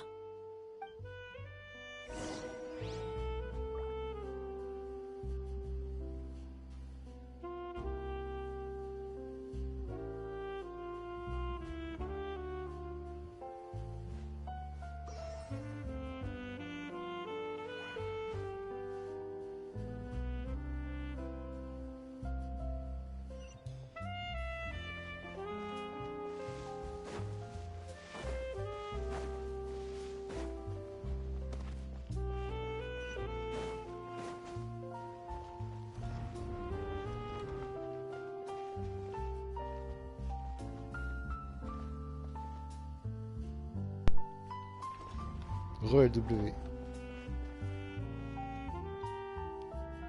Et je vais pas vous mentir, je suis en train de m'endormir, non pas parce que l'event est nul, mais parce que j'ai mal dormi hier. J'ai dormi que 3 heures. Et là je suis KO.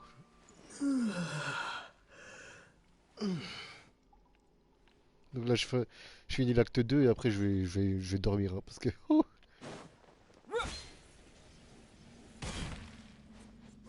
Parce que en plus je dors trop tard et je me lève trop tard, donc j'espère que ça va remettre les idées en place.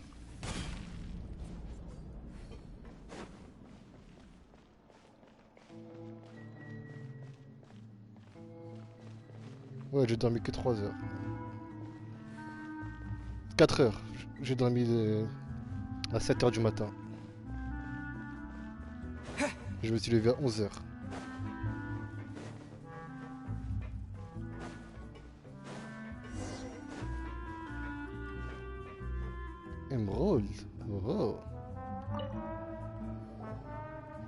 Hello, I'd like to ask some questions.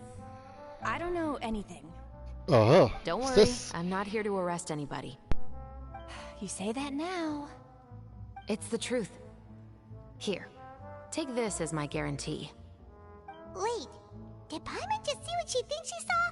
Is the captain of the Special Patrol bribing a citizen? Seems you're different from the other guards. What do you want to know? Have you heard anything related to Mousquets and Fleuve Cendre lately? Anything at all?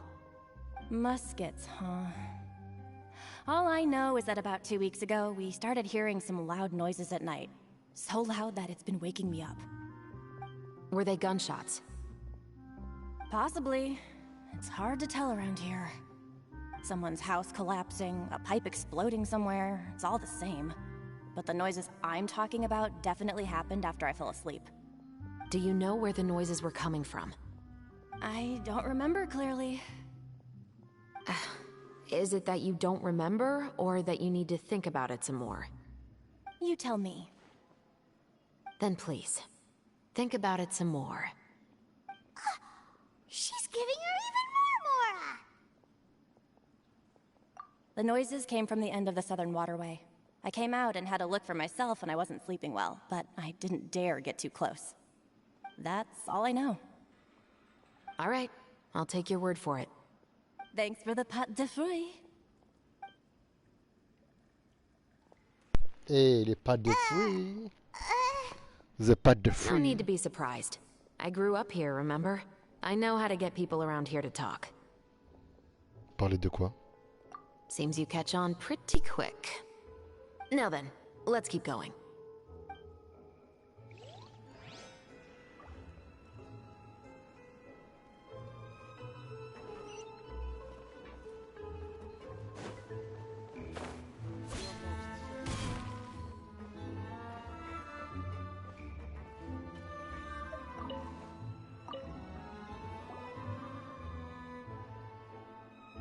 It's been a while, Tetro.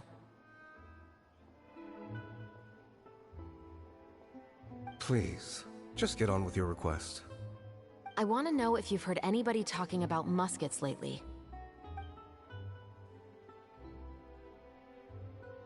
Information isn't free, you know. I've heard that bandits have been extremely active in the countryside recently, and they've been affecting the delivery of goods to Poisson. I can allocate some more manpower to help out with that problem. What do you say? You're still as helpful as ever. One of our men got drunk at dinner about a month ago and lost his gun. 3 days later, it turned up in the corner here. What's weird about that? He just forgot where he put it, right? This is Fleuve Cendre, my friend. Anything of value left in the tavern won't ever make it to the next day. But that gun turned out to be an exception. It didn't get any new wear and tear on it, and didn't even appear to have been fired. We were quite mystified as to what could have happened. C'est moi ou c'est la voix de Neuvillette? Peut-être que je mens, mais... I suspect it came back because the weapon was already known to the guards. You mean, a criminal was afraid the Marechaussee Phantom would use the shot marks to track them down? Maybe. But if that's the case, the culprit really took great care to avoid getting caught. I didn't say anything about a criminal. In Fleuve Cendre, knowing who was killed is as easy as knowing what clothes you're wearing today. It's the guy living in the east side, isn't it? I've never liked him. Every time he's here, he just orders a drink and sits there with a nasty look in his eyes. So, who was the one who lost the gun in the first place? Don't bother. Even if you ask, he wouldn't admit to owning a gun to some strangers. Not to mention the captain of the Special Security and Surveillance Patrol. He's right. I know you grew up here, chevreuse. Even though you're on good terms with the Spina, you've still been gone too long. Not many people know you here now, and a lot of people don't like the Special Patrol. I know. So take my advice and don't show your face too much around here. It's for your own safety. I'll come and go as I please, and I'm afraid I'll be appearing more often due to my work. All right. Don't say I didn't warn you.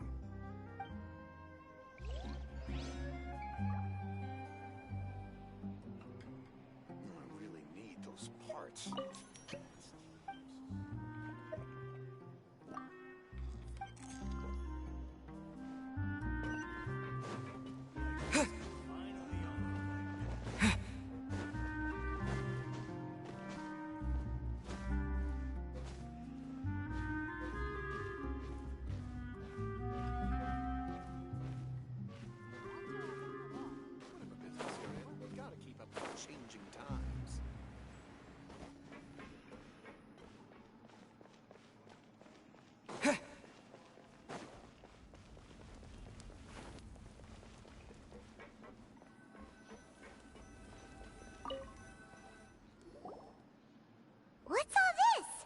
Some broken planks and barrels, as well as some liquor bottles? Yes, but have a closer look, Paimon. Even though somebody has purposefully tried to clean them up, these are obviously marks from musket bullets. In other words, someone was here trying to improve their shot. They were using the barrels and bottles for target practice. Could it have been the killer? Your guess is as good as mine. Although many people at Fleuve Cendres own guns, few hide the fact from others. And even fewer would go to such lengths to hide markings from practice shots. Anyway, let's go. There might be more to this.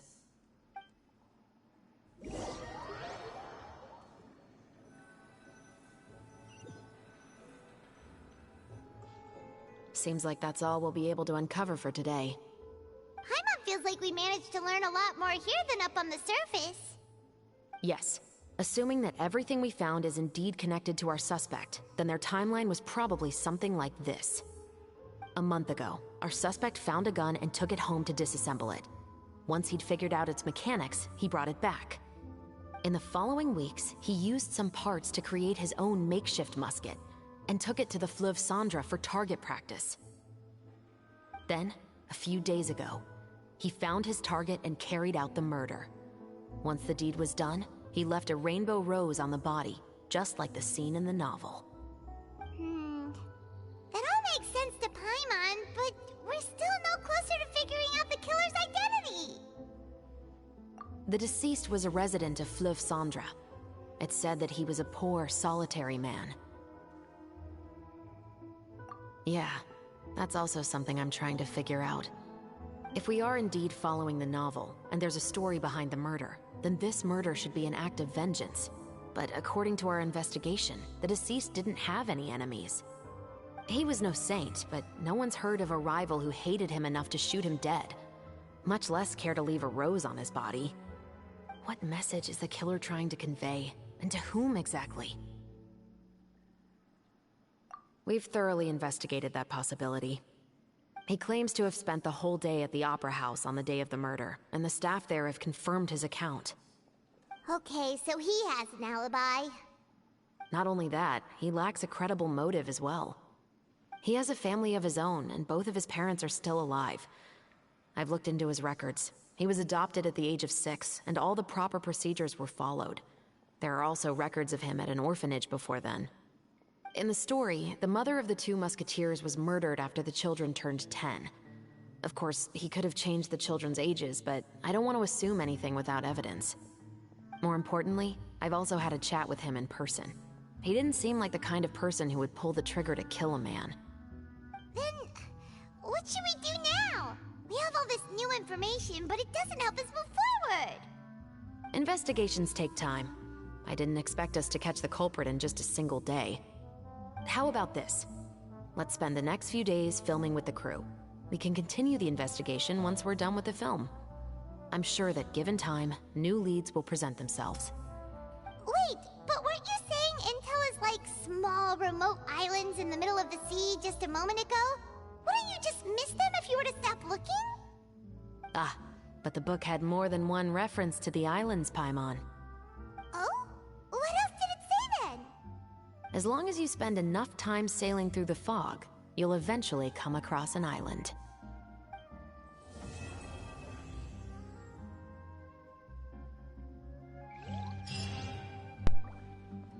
Oh, parfait.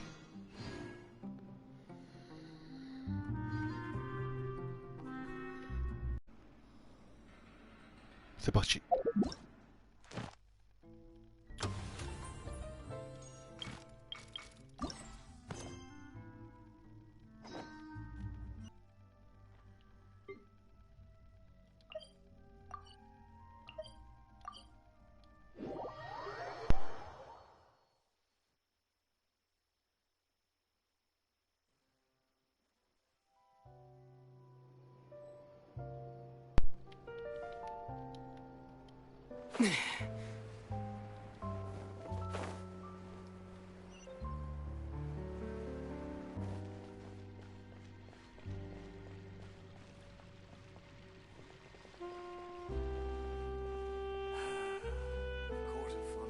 So peaceful.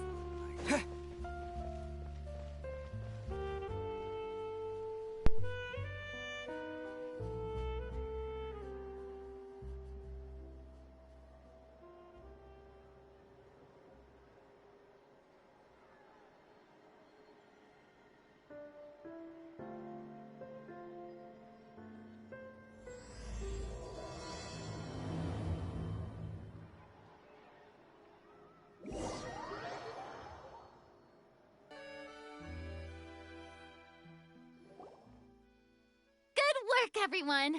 We're looking to wrap with our two main ladies today. I can already smell our success.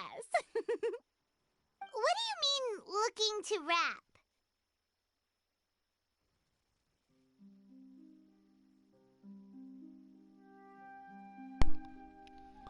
Ça veut dire qu'on aura fini de tourner toutes leurs scènes, bien sûr. Oh, aren't you the expert now? Eh oui, Paimon. This upcoming scene is the two Musketeers' final confrontation with the Baron. There will be quite a bit of action, but no choreography beyond what we've already rehearsed. Anyway, get ready. Lights, camera, action! The view is beautiful tonight. It reminds me of that fateful night 10 years ago. And now that I've said it, I can even make out the faint fragrance of herbal tea in the air. Enough, villain! It's time that you pay for the death of our mother! My dear Iris, have you forgotten your manners? How can you speak like this to your own father? I'd sooner swallow all of my teeth than call you father. What did I expect? Seems the daughters have turned out to be just as obstinate as their foolish mother. In this world, Mora and status is everything. She thought she could blackmail me using her children and force me to grant her recognition and concessions? Ah, how naive can a woman be?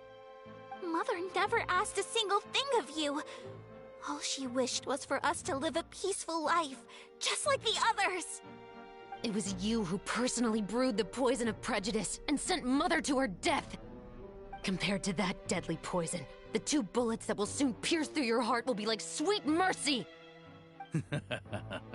And that's exactly why I said you're just as naive as her.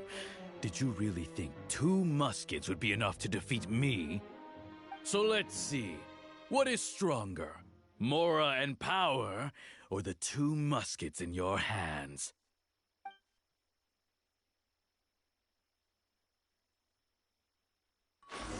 Get them! Tulip! There are too many of them! It'll be okay. We'll cover each other, Iris. And Mother will be watching over us, too.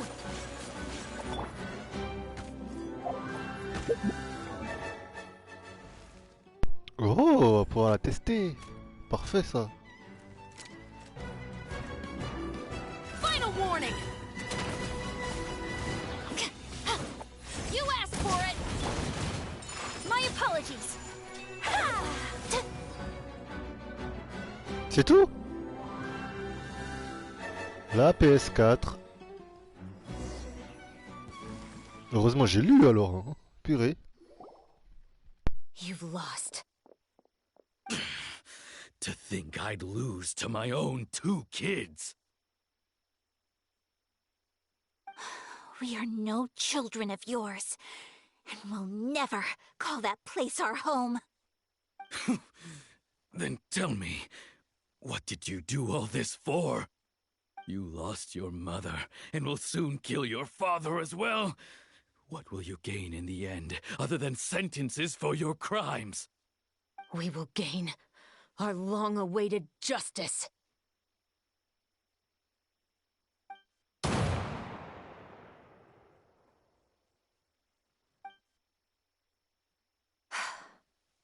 It's over. Finally, it's over.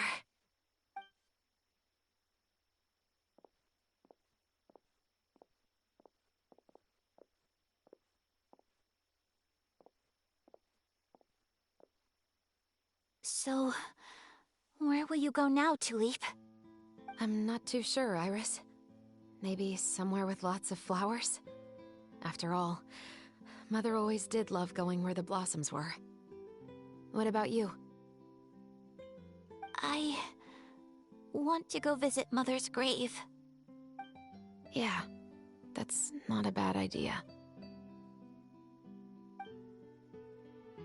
Huh? Tulip, look!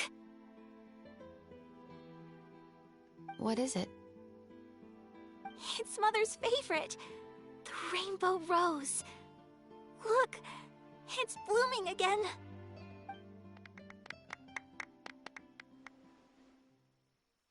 Excellent! That was beyond mesmerizing. Even I didn't expect the scene to go so well. And we got it in a single take. All right, everyone. We've got a wrap for Tulip and Iris. Congratulations, Ayaka and chevreuse! Très bon travail. Thank you. I didn't expect our parts to wrap so quickly. I wish I could savor the experience for just a bit longer. Paimon totally understands. Paimon's not ready to say goodbye to the clapperboard either. Filming has really been a lot of fun. You were great too, chevreuse.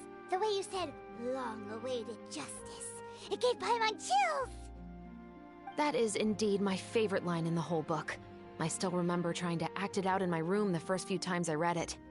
Whoa, Paimon would have never guessed you're that type. Who doesn't like stories where the guilty are punished and justice prevails over evil?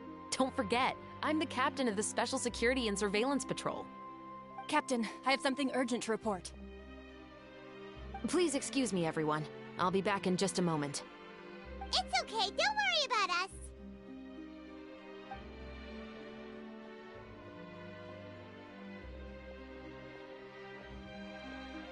Oh? Was she whisked away by work already? I was just about to tell her how great she did. It seemed like some urgent official business. Then perhaps we should thank the stars that we were able to wrap both of your parts so quickly today. Switching around the filming schedule would have been a real pain. Anyway, I actually came over to let everyone know that we're all done for today. You can go home and get some rest. And one last thing, Miss Ayaka. Your acting skills today were immaculate as always. Are you sure you won't consider taking up full-time acting? See, I just happen to know this great troupe that's still looking for a lead actress. Thank you for your kind words, Director Farina. Unfortunately, there are still many matters that I have to take care of back home at the Yashiro Commission. I cannot remain in Fontaine to pursue an acting career. Nevertheless, I will make sure to treasure this incredible opportunity in my heart. Oh, that's a shame, but I understand. Just let me know if you ever change your mind. I believe it's also about time for me to take my leave. But hopefully I'll see you on set over the next few days. Even though my part's wrapped, I'd still like to swing by and help out the crew. See you tomorrow, Traveler and Paimon. Yep, see you tomorrow! Well, what should we do next? Maybe we'll go investigate the case some more with chevreuse today. Traveler, Paimon, please come with me. Huh? Where are we going? You could say that our ship has finally chanced upon one of those small, remote islands of intel. Let's go.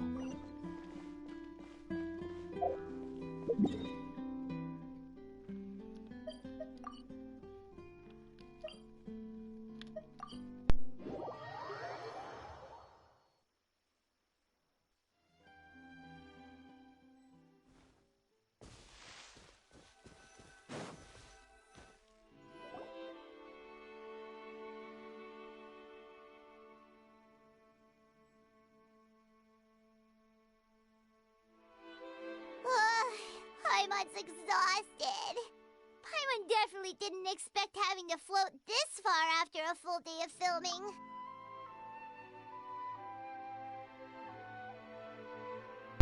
Donc là, ça prouve que Paimon ne prend pas le téléporteur. On est d'accord.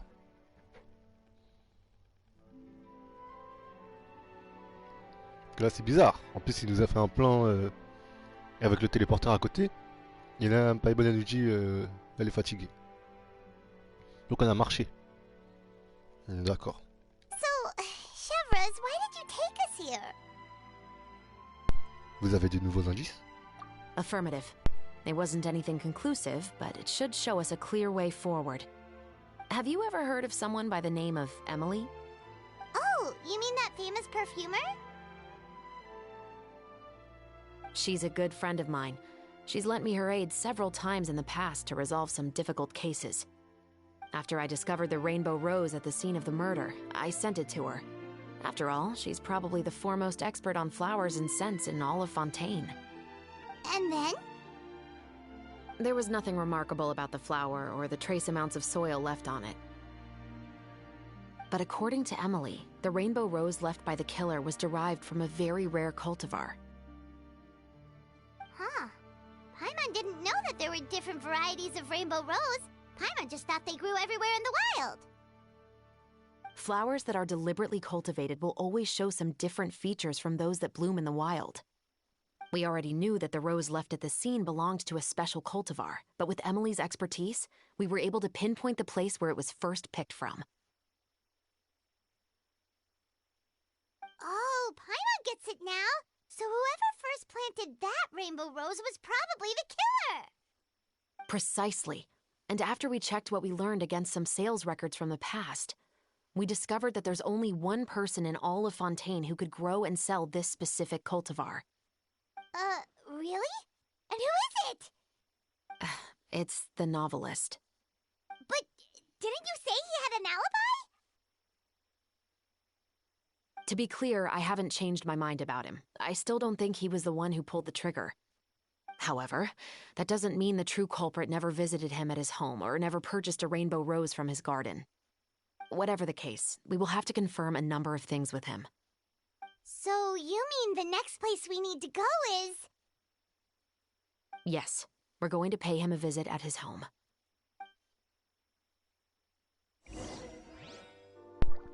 Très très cesse le romancier là.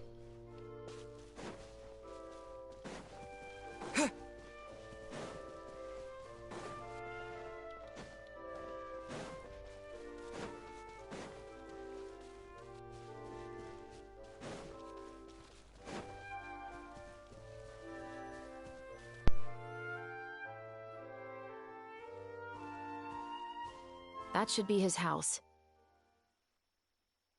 There are so many Gardamex stationed around the place. That's pretty unusual, right? According to what he told me last time we spoke, he hired them so he won't be harassed or disturbed. Huh. So there are a lot of flowers in his garden, but Paimon doesn't think we'll be able to pick one without alerting the Gardamex. Right, which is exactly why I think there has to be a special connection between him and the killer. So, should we knock? Just wait here for now. I'd like to take care of a number of those Gardamex first. But they're so far away. How are you planning to do that? Don't forget, Paimon, I'm actually the real-life captain of the Mousquetiers.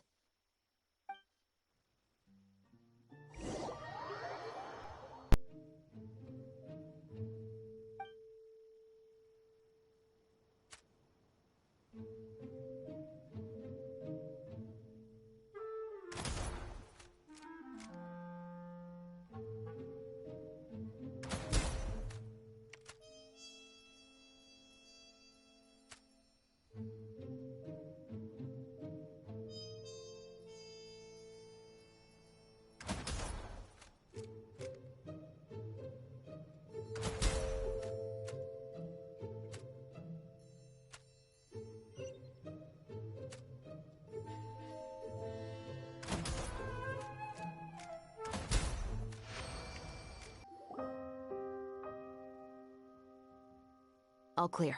Let's go. Wait! Paimon's a little nervous now that we know he could be the killer. Can we go over our plan of action again? I'll go knock on the door and make sure it's safe inside. Once we're sure that we're in the clear, I'll ask him to come with us for a quick round of questioning at the guard's headquarters. But can't we just arrest him? We still have no evidence that he's the killer, or that he lent the killer any direct aid. Still, it would be appreciated if you could pick a rainbow rose from his garden for me while I'm talking to him. It'll help the Marachose Phantom confirm Emily's theory. Sure, no problem. Just be careful, chevreuse.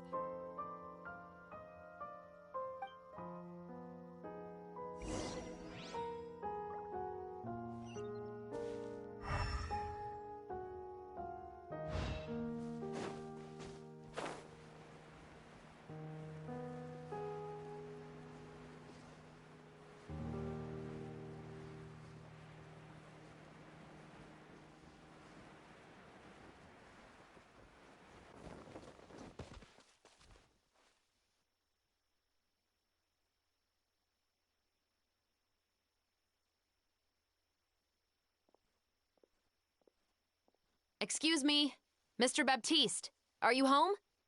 Who could it be at this hour? Oh, it's you, Officer chevreuse. Would you mind accompanying me to the guard's headquarters, Mr. Baptiste? We would like to ask you some questions about a case. Oh, is it still regarding the murder case from before?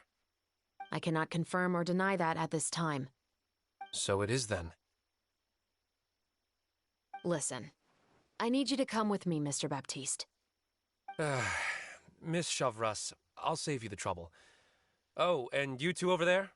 There's no need for you to pick my flowers either. It's not time for them to bloom yet. Oh! Okay.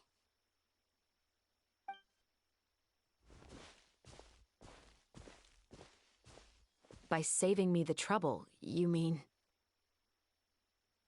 I will confess, I was the killer. Huh? He just admitted he's guilty! Please relax, everyone. I'm not armed. The musket you're looking for has been buried in my backyard. Then it's my responsibility to inform you, Mr. Baptiste, that everything you say right now will be used as evidence for the inevitable trial. Yes, I am perfectly aware of that. I must say, I hate this feeling. Oh? Is it because I confessed? Or because you've been proven wrong? Both, I suppose.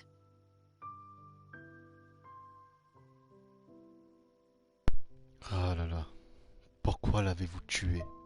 For the same reason as the one I wrote out in my novel, of course. I did it to exact revenge.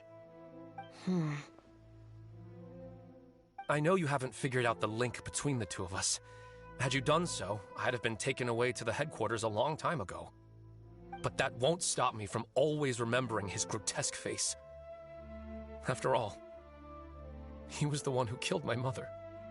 Your mother is still healthy and well. You know, I was adopted as a child. I was referring to my birth mother. That was never recorded in the orphanage's records.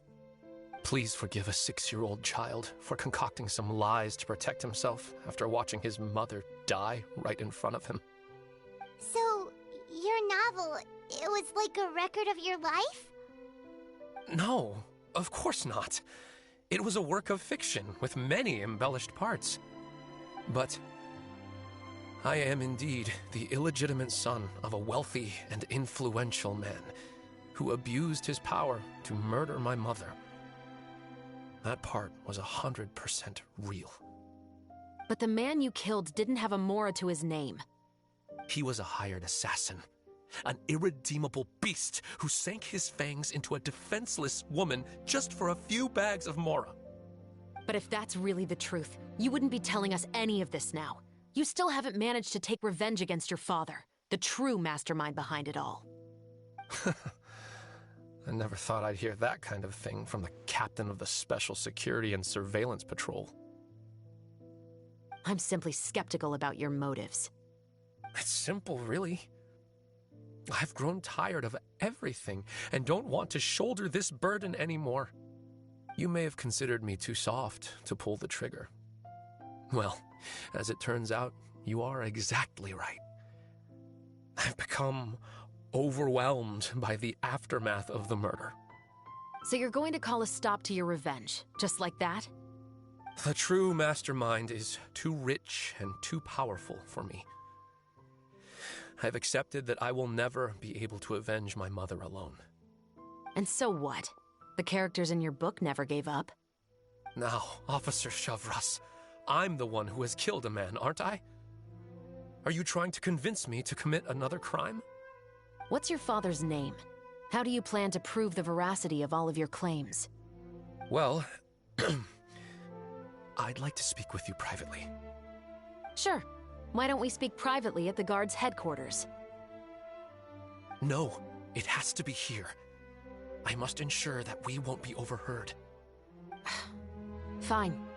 Let's talk here. When I said won't be overheard, I meant by anyone. I would like to speak with you and you alone.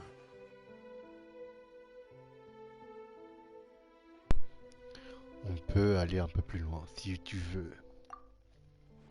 Thanks. I appreciate it. Please stay safe, chevreuse.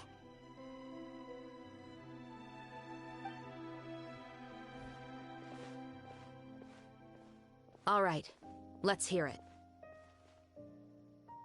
Will you really believe what I'm about to say? Well, that depends on what you're going to tell me. Fair enough. Fair enough. Then listen closely.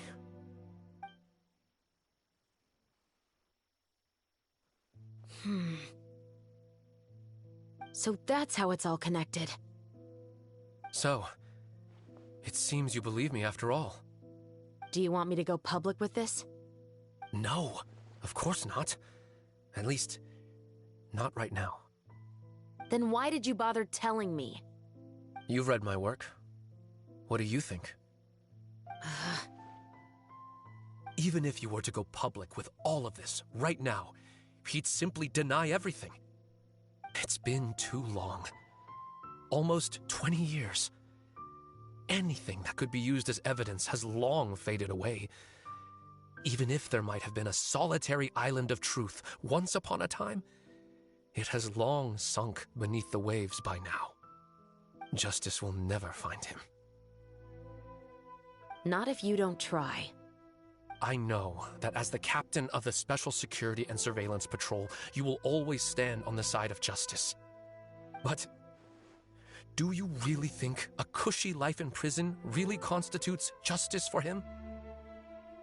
I bet he could lead an extremely comfortable life in the fortress of Meripede. What are you trying to say? I've been observing you from a distance. Your portrayal of the musketeer was exquisite. Pull the trigger of justice against him.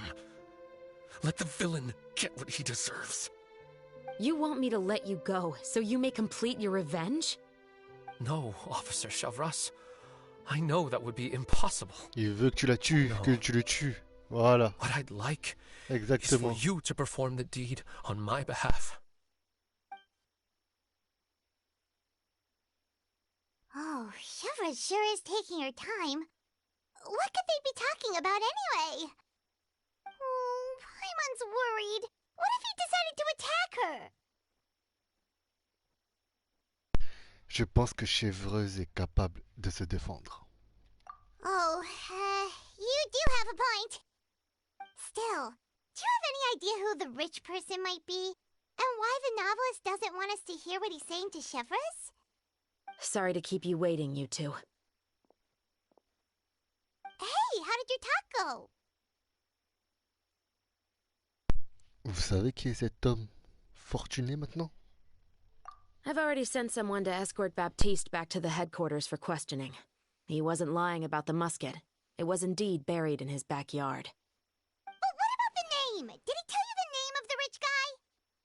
Yes, he did. But for now, I have to return to the Special Patrol.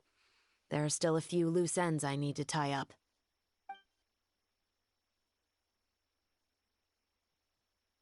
I'll probably be quite busy over the next few days, so apologies if you don't see me on set. All right, Paimon understands if you can't tell us everything you know. We'll just keep an eye on the Steambird then. Actually, there's still something else I need your help with.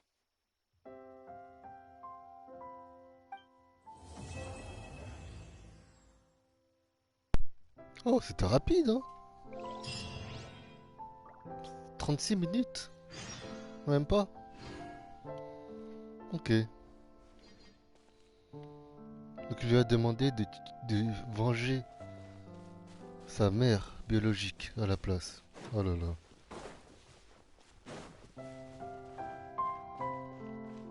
J'ai envie de lire le roman là.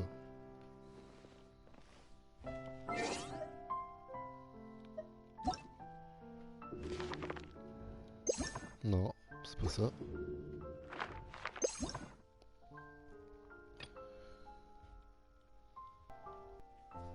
Alors. Oh mon Dieu, il y a tellement de choses à lire. Bref.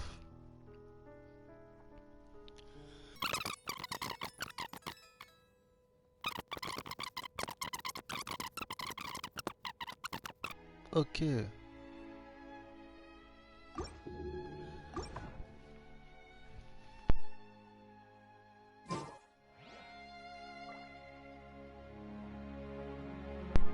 Acte 4.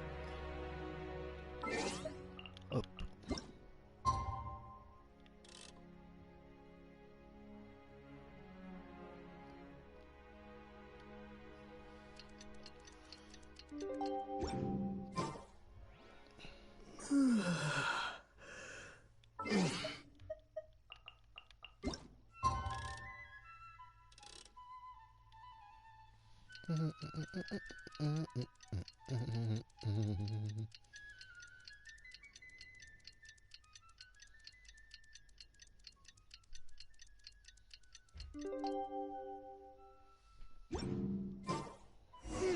We haven't seen chevreuse since that night at Baptiste's place.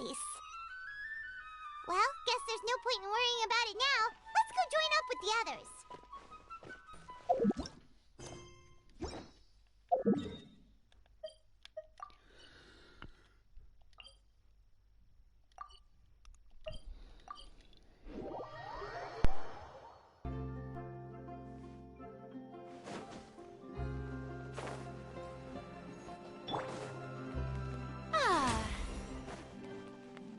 May I present?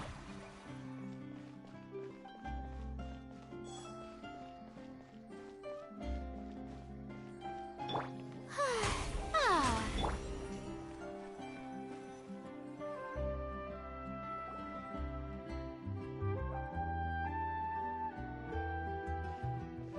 Good morning! Hayaka and I were just talking about you. Is chevreuse still not joining us today? Probably not. We haven't seen her either. Huh? That's such a pity. Director Farina said that we've only got a few small scenes left before wrapping up the entire thing. She even said that she'll get me into a couple scenes, so everyone will have a chance to shine in front of the camera. We were also planning on having a victory feast once we're all finished filming. You can join us, right? If only chevreuse was here. I still haven't taken a photo with her. I'm afraid that can't be helped. Those special patrol folks are like phantoms when they've got a case on their hands. But to be honest, I'm even more concerned by what I read in the Steambird earlier this morning. It said that the killer in the murder case was none other than the author of the Two Musketeers. Oh yeah, I heard about that too. He came forward and confessed his crimes, but gave no explanation as to why he pulled the trigger. We didn't know about this case at all when we joined the film. Is it going to affect the reception of our work? From a pure publicity standpoint, this will draw a lot more attention to our film. I have to say, though, that no director can be perfectly comfortable with garnering attention through means other than artistic skill. To be fair, I feel like that ship sailed the moment you allowed yourself to be named as the director on our posters. It's not my fault that I'm super popular. What was that saying again? my popularity has, Sunk to an all-time low? spread to the four corners of Teyvat.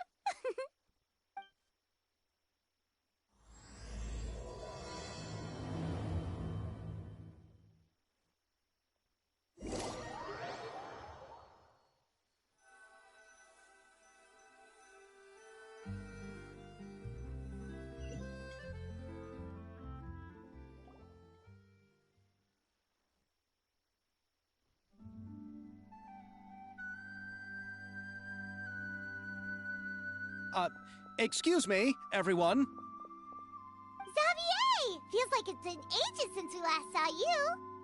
I've been talking non-stop with the Film Association, and I'm absolutely swamped trying to coordinate the film's marketing. So forgive me for not being around more often, but please believe me when I say that I will make sure everyone's hard work gets the exposure it deserves. Oh, seems like you've been fighting your own battles. Yes, that's one way to put it. Oh, and before we begin the final round of filming, please allow me to finally introduce you to the original investor of our film, Mr. Morris. A pleasure to meet you all. Yes, glad to make your acquaintance, Mr. Morris. We've heard about the issues you've encountered with your financial situation, and genuinely hope that things have taken a turn for the better. Oh, well, the situation has indeed improved somewhat. Don't worry, Mr. Morris. Accidents and last-minute challenges happen all the time. There's no need to blame yourself over it. The good news is that we're almost done filming now, and I would even say that this is the best story I've ever seen. Is that so? I see, that's great news. All right, now that we've gotten all the pleasantries out of the way, let's get this show on the road. We'll mostly be filming typical people and scenery from the streets today to improve the sense of environmental ambiance in some parts of the film. Oh, and there'll be a cameo for Mr. Kamisato and Miss Yoimiya as well. They'll be used to show outsider perspectives on the fates of the two musketeers. That's right. Ayato should be here any minute. Excellent! Then let's start with the scenery shots. Camera and clapper loader, you're up. Yep, we'll be ready. Remember, all we need are some wide zoom shots of the streets. If you happen to find some particularly lovely patches of flowers and grass, feel free to grab some close-ups of those as well. Ready? Lights! Camera! Action! Okay, now move the camera slowly. Try to focus on that flower. What's wrong? Just adjust the focal length a bit. Something the matter? Ah! Je pense que le daguerréotype est cassé, il réagit différemment. Huh? But wasn't it working fine for all the days before? Oh? Quoi derrière là? Can we try a different camera? No problem. How about this one? All right, let's give it another try. Lights! Camera! Action!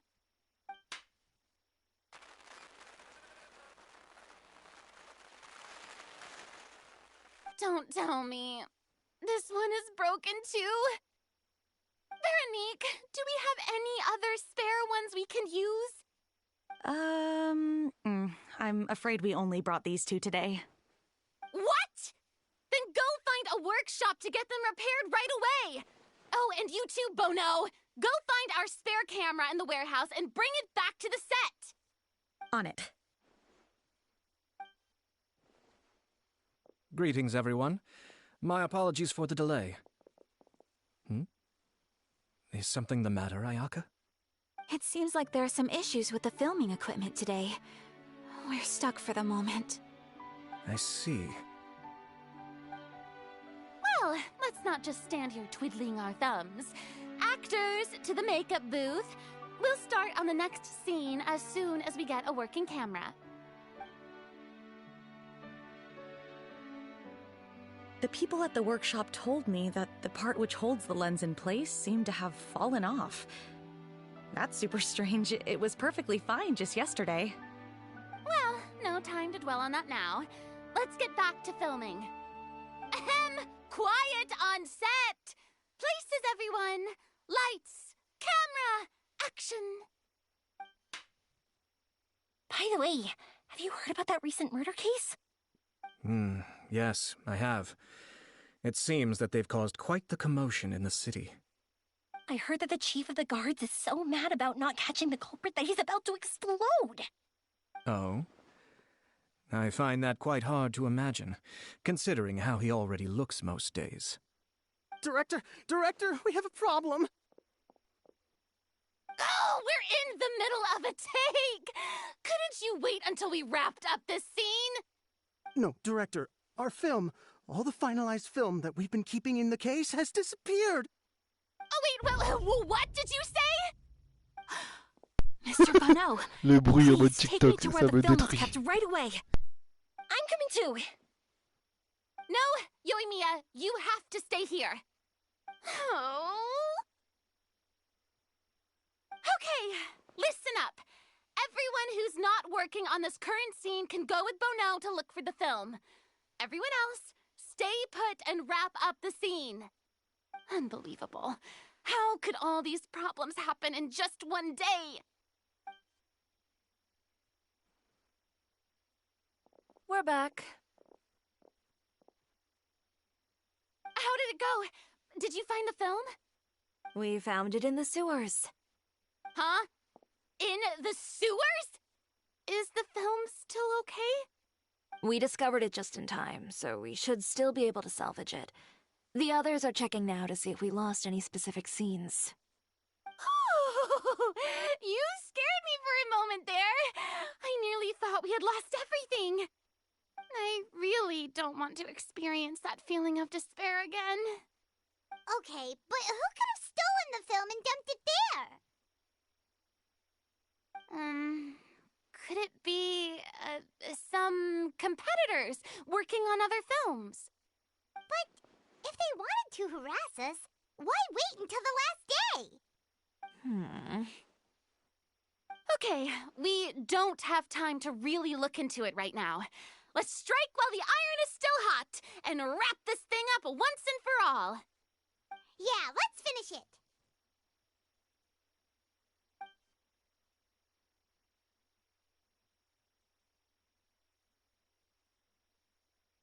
I would like to officially announce that our entry to the festival, The Two Musketeers, has now concluded filming! Paimon is spent. It's so late already. Even though the filming process proved to be extremely challenging, everyone provided valuable and unique contributions to the final product. Thank you all for your dedication and support. And just like Director Farina, I would also like to extend my most heartfelt thanks to all of you. Really, you've all helped me so much. All right, let's save the awards speech for later, and hopefully also get some rehearsals in before the real thing. Anyway, now it's time to party! Let's all make our way to the beach and have a celebration feast so loud and fun that even the blubber beast will want in.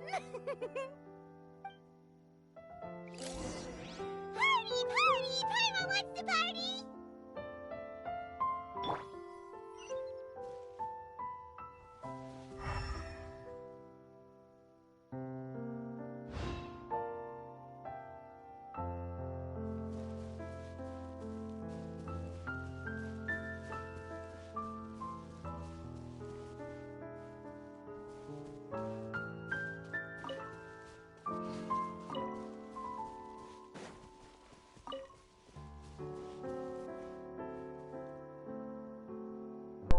J'ai lu le... déjà Yo, Anaïm, et j'ai lu le tome Les Deux Mousquetaires.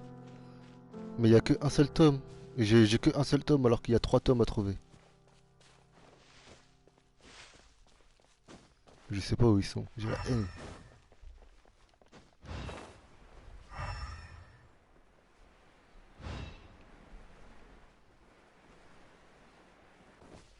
Whoa, this place is hopping.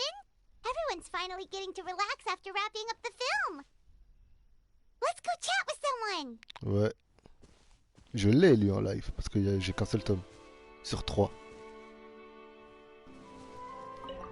Have you ever seen a fireworks show, Mr. Morris? It's pretty amazing. I'm afraid I haven't, but I'll take your word for it.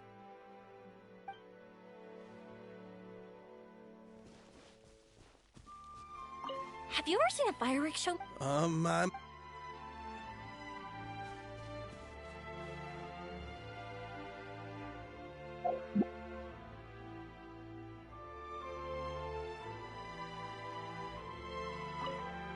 Oh, this is turning out to be quite the party.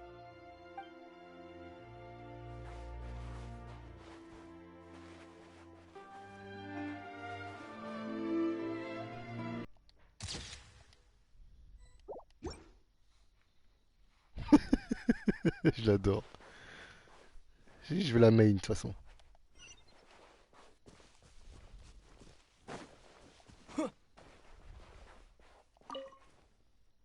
I was thinking, if this film turns out to be a success, could I ask the two of you to stay and be a part of my crew? Of course, I'll definitely increase the pay for next time. I'd be more than happy to, Mr. Xavier. Thank you for the offer, Mr. Xavier.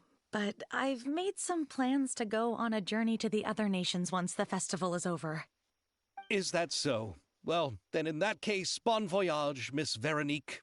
Please feel free to get in touch once you've returned to Fontaine.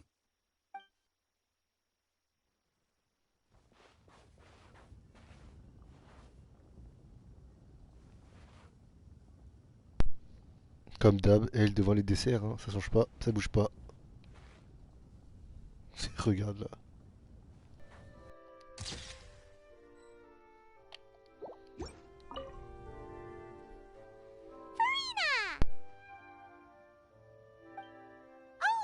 My darling clapper loader and camera operator, you've both worked really hard. Paimon thinks you worked even harder than us. Honestly, Paimon was getting a little tired of playing with the clapperboard by the end of it. Worst of all, Paimon started having dreams of you shouting, "Lights, camera, action!" into Paimon's ears. The actual dream can't even start until you've yelled that. Hey, if anything, shouldn't I be more grand and delightful than your dreams? We've been through so much together, and that's how your brain remembers me? That's not Paimon's fault. We've just used the clapperboard too much lately. Anyway, what's most important is that we've wrapped the film. I'm pretty confident that we'll take first prize. Le prix Furina? C'est vrai? Attends, mais c'est vrai que c'est le prix Furina, mais si elle était même pas... Si elle était pas choisie pour la directrice, comment s'appellerait le prix? Hey, no need to mention the official name. Wait, now that you mention it, if we did win the prize, would Furina just get a statue of herself? Come on, I don't need that kind of attention. Xavier can accept the reward on our behalf. But just imagine! Furina accepting the Furina Award and holding a Furina statue. I'm going back to C'est my exactement trip ce que je now. pensais. Pas You all can keep discussing that on your own.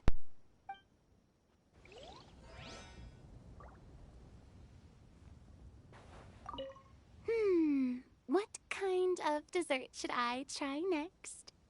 Je le savais. Je le savais. Hey,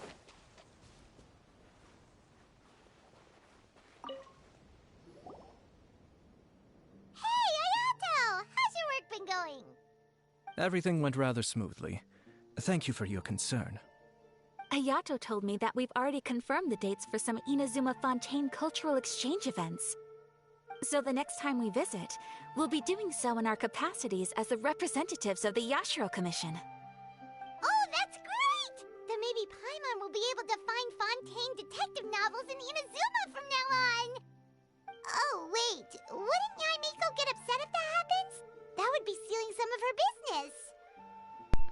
Tant que les histoires sont intéressantes, je ne pense pas que ça la dérangera. You've got a point.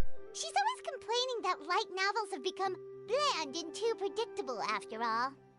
The cultural exchange won't only feature literatures of both nations, of course. We have also made plans for cross-cultural engagements in the fields of gourmet cuisine, toy making, and artisan craftsmanship. Wow! Paimon's getting super excited now! When the time comes, be sure to visit and participate in all the events.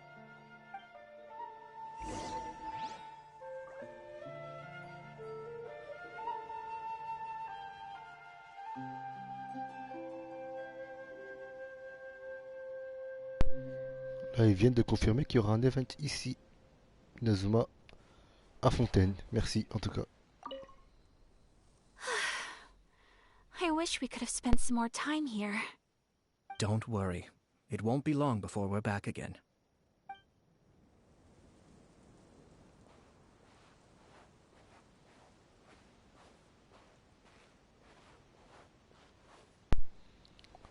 La dépression. Incarnée par cette fille. Regardez-la. Elle ne sourit tellement pas. Faut sourire, madame. Hein. Oh.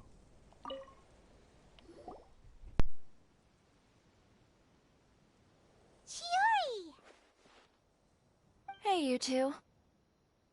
Are you not really into these kinds of big social occasions? Not particularly. But this is still better than Fontaine Fashion Week. But if this film becomes a big hit, people will definitely come flocking to your shop. Yes, that's highly likely. As long as the film can premiere as planned. Are you still worried about the case? That and all the obstacles we had to face today. You're right. It's as if all our bad luck just manifested at once. But why today of all days? No. No, it's nothing. We've already delivered the film to the editors, so there should be nothing more to worry about. How are you doing, Mr. Morris? You having a good time? Well, you could say that. Do you happen to know when the party is scheduled to end? Judging by how much fun everyone's having, I'd say probably not until well after midnight. Is there something that you still have to take care of at home, Mr. Morris? Oh, well, I'm just not a late-night person, so I might take off shortly. Suspect un peu, Maurice. Oh no! Silly me. I almost forgot something super important. Oh, what is it? I prepared a whole batch of fireworks for the party, but I forgot to bring them over from the warehouse. Fireworks, you say? That's, truly a pity. Sorry things didn't go as planned. Could you help me carry them over, Mr. Morris? I won't be able to fetch all of them by myself. Me? Are you sure that you can't find anyone else? I just wanted to make this surprise for everyone. The warehouse isn't far from here. We'll be there in no time. Pretty please, Mr. Morris. These are some of the best fireworks I've ever made. So I also want you to see them before you leave. They're stunning. I promise that they'll be a once-in-a-lifetime experience that you'll never forget. But... It's okay. Just come with me. If we're sneaky enough, nobody else will see us leaving. All right. The warehouse is right over here. I moved the fireworks there in advance, so it shouldn't be too much work bringing them back. It's still a ways away from the party. Sorry about that, Mr. Morris. It's probably because I'm used to carrying fireworks all the time, so it doesn't feel like a lot of work to me.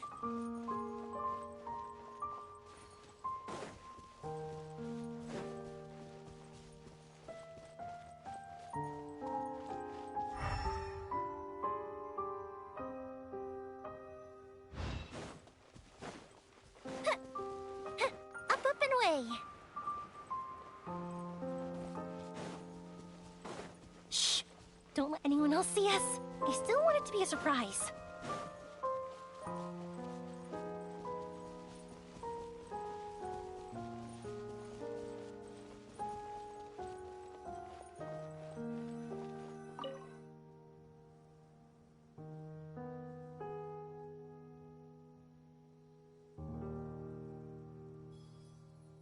C'est un donjon là ou c'est moi? Waouh, ok. Ah, c'est peut-être la cinématique ou chevreuse chiori, j'imagine. It's dark in here.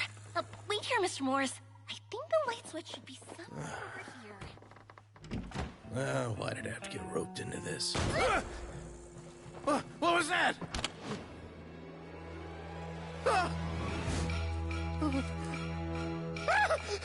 Who's there? Get me out! Get me out of here! Did you really think you'd get away, Morris?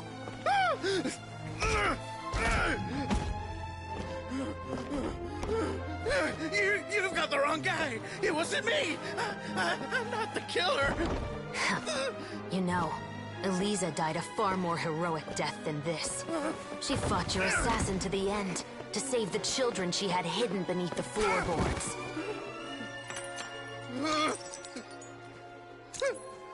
That is Eliza's pendant. The one with a photo of you two inside. The one you gave her. Ring any bells? It's a fake! It has to be! There's no way! No way your assassin didn't destroy it, you mean?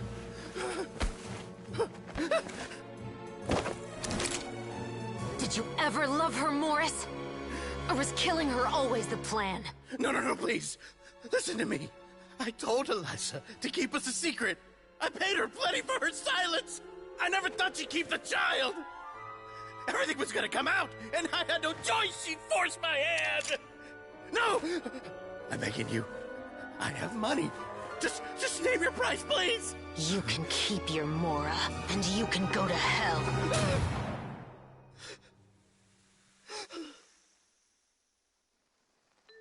I'm Captain Chevreuse of the Special Patrol.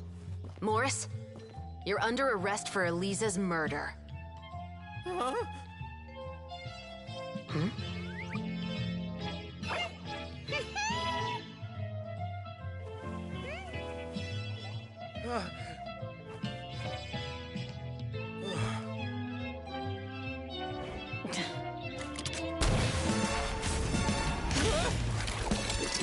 You're under arrest too, prop manager Veronique. Or perhaps I should call you the Second Musketeer.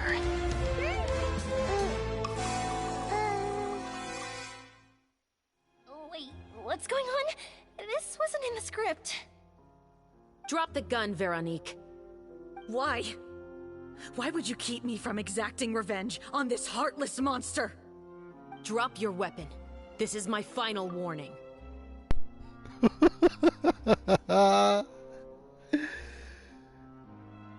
Ah là là là là, Véronique qui sort de nulle part. Par contre, on en parle que Chevreuse, elle a le hack de l'observation, elle a stoppé une balle comme ça, genre.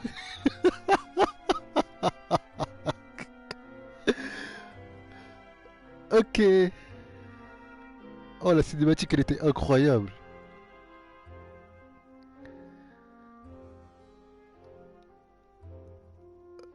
Oh, la cinématique était incroyable. Le rêve où Chevreuse ne bouge pas, il n'y a que ses yeux qui clignotent, MDR. Ah là là là là. C'était incroyable. Mais Véronique. Voyons Véronique. Ah non, mais ça c'était dans le trailer, le Yoimiya. C'était dans le trailer, c'est pas de ma faute. Mais Véronique, je savais pas ça. C'était incroyable. Et Maurice, pour Maurice aussi. Maurice qui vient de nulle part. Franchement, ah ouais, ah pas mal. Par contre, elle a intérêt à nous raconter tout ce que... Chevreuse a intérêt à nous raconter le plan là, parce que même moi qui... Même normalement comment on appelle ça? Le voyageur normalement il doit pas savoir, donc ça veut dire à un moment on a parlé. Mais comme on a fait des éclipses, en mode le tournage On a fait un moment de tournage, et après un moment de tournage encore une fois, encore une fois, encore une fois. Du coup, il y a un moment, on a parlé, mais c'était c'était off-screen en fait, tout simplement.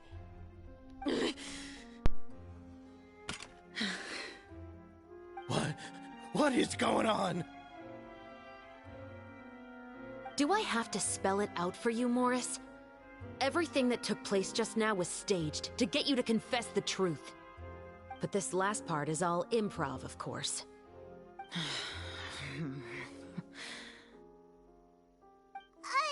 Chevreuse, you told us you wanted us to help you stage a play. You never said anything about the second musketeer.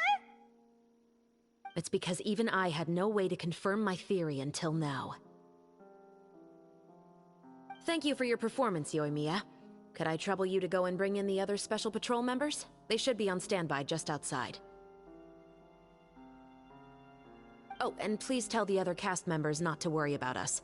We'll be rejoining them shortly. On it.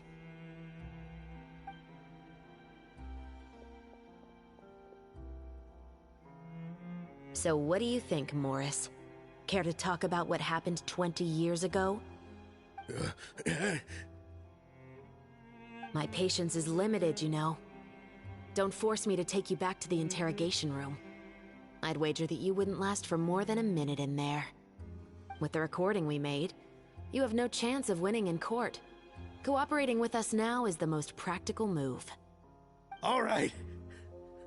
I'll talk. I hired an assassin to murder Elisa. She once worked as a maid on my family's estate. She was very beautiful, and after some time I fell for her. We kept our relationship a secret and carried out an affair for some time, but it wasn't long before she became pregnant. And if my parents ever found out, they would have stripped me of my inheritance and status, driven me out of my home. I also didn't expect Elisa to insist on bringing the pregnancy to term. She even asked me to leave my family and travel far, far away with her. She believed that you were truly in love with her. I didn't have a choice. I gave her a large sum of mora, told her to leave the family and to get rid of the baby. Oh le bâtard. Donc là il a fait un enfant avec elle, et maintenant il veut pas prendre responsabilité de l'enfant. Oh mais quel bâtard. Mais ça c'est trop. Oh là là, oh là là, Oyoverse. Aïe aïe aïe, la vraie vie là. Pour ceux qui se sentent visés, aïe aïe aïe aïe aïe. Ah. Parce que malheureusement il y en a beaucoup des... Il y en a beaucoup des comme ça, hein. Ce genre de scénario, il y en a beaucoup dans la vraie vie. Et Oyoverse le sait. Aïe aïe aïe aïe aïe aïe. But then years later, she sent me a letter. There were photos of 2 children, and she even asked if I could find some time to visit them. Huh? 2 children? Paimon thought Baptiste was the only... you mean... Even if she had the children against your will, you could have just ignored the letter entirely. Why kill her? I had just gotten engaged to be married to an heiress from another wealthy family. So if anyone were to find out about Elisa, my life would be completely ruined. I didn't have a choice. No. You always had a choice. You just made the wrong choice. Again. Do you know how it feels to watch your mother be killed right in front of you? My brother and I were hardly even school age yet. We were hidden beneath the floorboards, grasping each other's hands like a lifeline. We were so terrified that we didn't even know we could ever take a breath. All we could do was to watch Mother try to fight back, and then collapse to the floor. Even after the assassin left, we were still too terrified to leave our hiding spot. We thought that he might come back. It was only until the next evening when we finally climbed out and gathered around our mother. But she had already become cold and stiff to the touch. You made up your mind right then and there to bring this case to light. Not only that, we resolved to get our revenge. And that's why you became the Musketeers. No, that's why I became a musketeer! The man from before was also killed by me. My brother had nothing to do with it. I figured as much. You did? I once told these two that he didn't look like a killer to me. His confession from that night also rubbed me the wrong way. Baptiste. I think what really tipped me off was, how could I not feel a sense of regret in him? Huh? He confessed faster than any criminal I've ever met, but he didn't say a single word about you. He insisted that he was the sole perpetrator in the case. But after the questioning ended, I disassembled the musket we dug up from his backyard, put it in front of him, and told him to reassemble it. Wanna guess how far he got?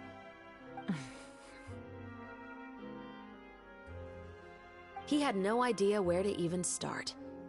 He's never touched a gun in his life. Based on that, I determined that he was not acting alone. He only surrendered himself to draw our attention and create a moment of opportunity for his partner. So, I decided to play along. And as expected, the second musketeer followed us without hesitation once she saw Morris get separated from the rest of the cast. Besides, why else would he call the novel The Two Musketeers? But how did you know it was Veronique? I figured it out the moment Baptiste told me his father's name. That so-called financial crisis was all just a ruse. He just wanted to sign up as the investor and then leave the film without any source of funding. After all, he has a vested interest in minimizing the reach of this story. It's really just the same thing as what he did to Eliza all those years ago. Human scum. But then Xavier pulled out all the stops and got the film made against all odds. Morris couldn't have that. With the killer in custody, he figured it was safe to act. And so he came to visit the set today, just as I expected. Wait, so you were behind all those mishaps today?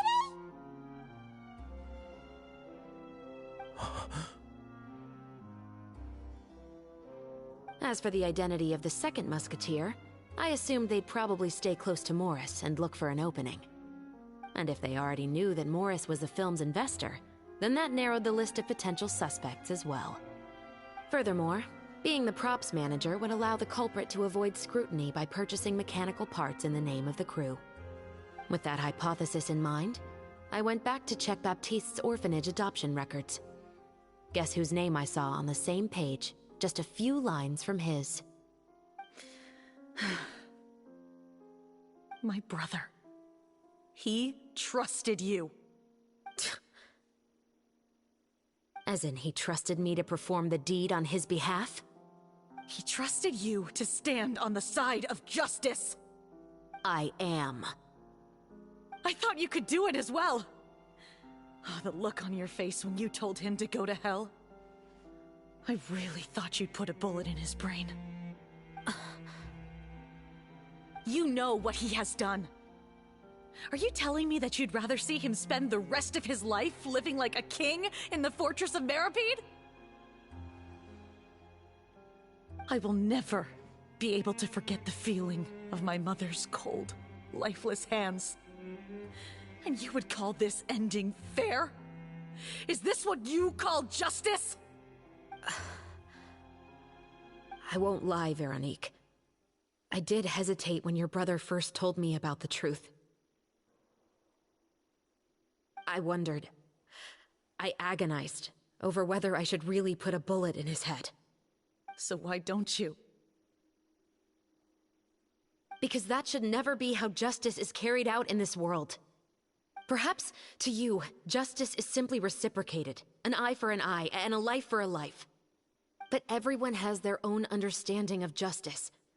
If everyone were to pursue their own definition of it, there would be no more order in this world. Today, you'll kill Morris, and tomorrow, his children may come for you. The world cannot render judgments based on a desire for revenge. That will only lead to a cycle of revenge, as well as the destruction of order and civilized society. Fontaine is founded on a set of laws and a standardized code of justice. That is why we are the nation of justice. But with all that said, I will promise you this. Morris will not lead a cushy life in the fortress of Meripede. Chevreuse? The rest of the Special Patrol is here. Thank you so much, Yoimiya.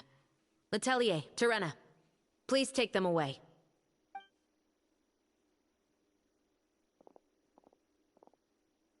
I still can't agree with your reasoning. I know. Justice has not been delivered. At least, not today.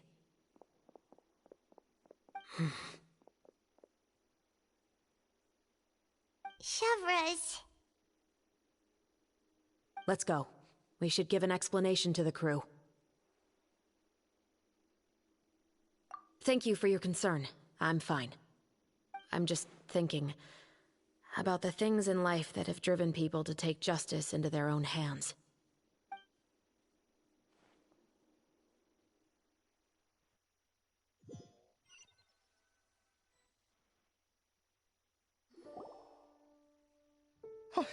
Who would have thought Morris would turn out to be... I'm at a loss of words. How could he have done something like this? I'm just glad that you're all safe and sound. Who knew that such a labyrinth of cases would be behind this story? Well, what should we do now? We have a finished film, of course, but should we still go ahead with the premiere? What do you mean? Shouldn't you be even more motivated to spread the word now that you've learned the truth? Chiori is right. I'd also like more people to see this story for themselves. But the real ending of the story seems to have deviated somewhat from the one in the script. Is that still acceptable to you, Miss Chevreuse? The call is yours. We still have time to reshoot an ending if that's what you'd like. No, it's fine as is. I like what we have for the catharsis. Romanticism is what gives works of art their appeal. Fiction is able to explore means of restitution that could never work in real life. Just like the real world, the world of stories also has its own set of rules and justice. These different possibilities are what initially drew me to reading in the first place. Sounds good to me. I support your decision. What about Veronique? Will she be okay? She will soon face her judgment alongside her brother and Morris. If I had to guess, they'll probably all be sent to the fortress of Meripede. I'll make sure to give Risley a heads up about it. Oh, you mean that kind of heads up? Exactly. Ahem. All right, then the matter's settled. Now that everything's been taken care of, there's no reason for us to keep looking all gloomy and grumpy. Let's get back to the feast and enjoy each other's company. We'll be starting the post-production process tomorrow. You should join us, Chevreuse. You missed the first few hours of the party, didn't you? All right. Count me in. Then I'll wait for you over there. There's still some good news that I'd like to share with Chevreuse. Traveler, Paimon, could you wait for me by the sea after the party ends? I'd like to go on a brief walk with the two of you. C'est d'accord. À tout à l'heure. Thank you very much.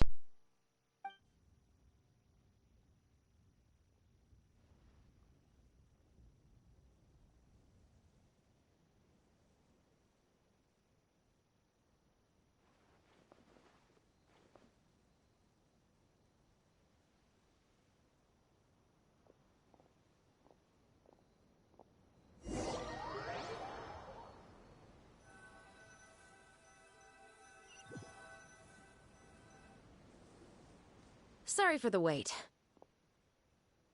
Oh, we weren't waiting long at all. Is there something else you wanted to tell us? Quel connard ce Maurice. Aïe aïe aïe aïe aïe aïe. Le... Comme quoi il a fait un enfant avec sa copine, mais il voulait que sa copine l'avorte. L'enfant. Aïe aïe aïe aïe aïe. Et après il s'est remarié avec une autre femme riche. Pouh, je comprends Véronique, hein. Je comprends Véronique en vrai. Ensuite il a acheté un assassin pour tuer... Non. Eh, c'est beaucoup trop vrai. Ça fait penser à la vraie vie, ça. Ils sont trop forts. Reverse. Purée. C'est ouf. No, I don't have anything new to share. I just felt that since you were my investigation partners, I should have another conversation with the two of you.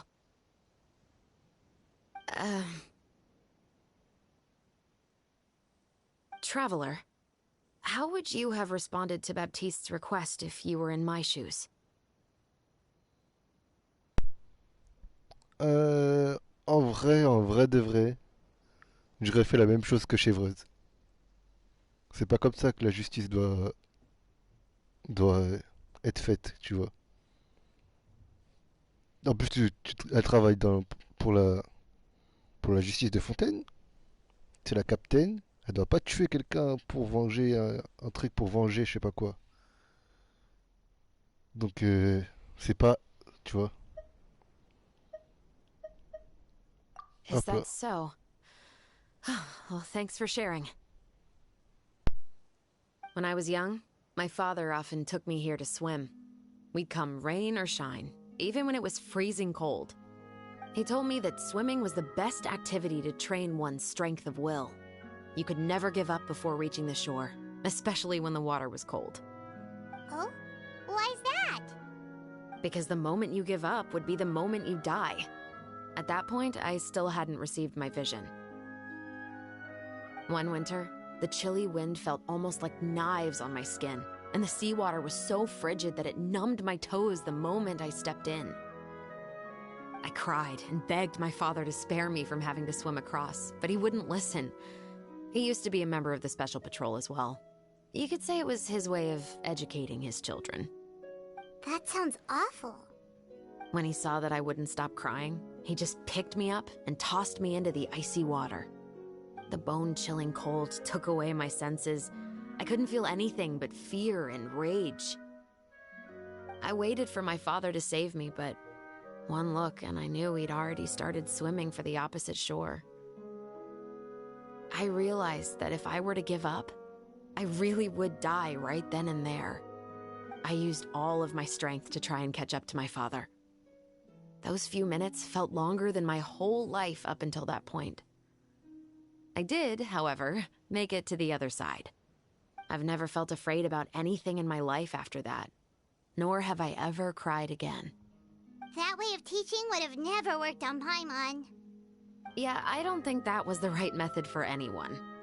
It's just that, working now as I am in the pursuit of justice, I still sometimes feel like I've been tossed into that winter sea all over again. The anger and the helplessness. Chevreuse.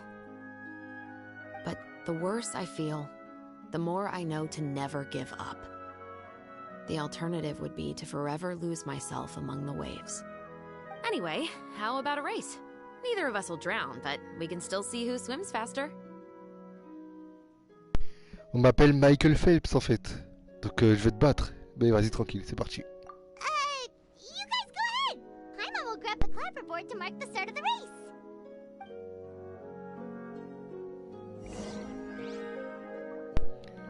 C'est officiel. Je veux chevreuse. Voilà.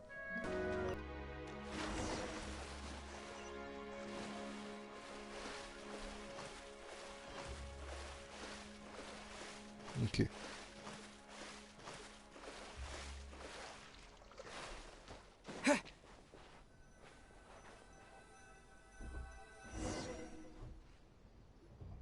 Oh, that felt good. Ah, c'est tout? Bon, c'est vrai que c'était pas ouf. Mais bon, on va dire que j'ai pu analyser chevreuse encore une fois. You were so fast in the water, Chevreuse. You were swimming even faster than Paimon can fly.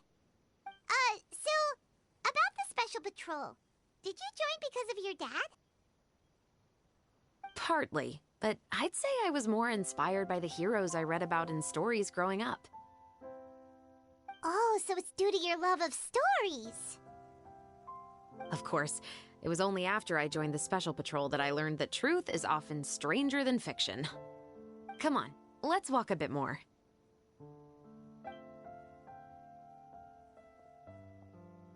Célestia, je te vois.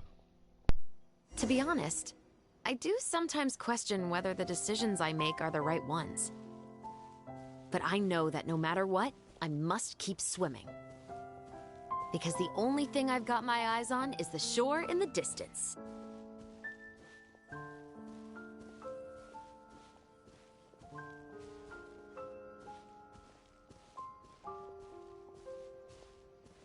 Elle marche vite, hein. Wow.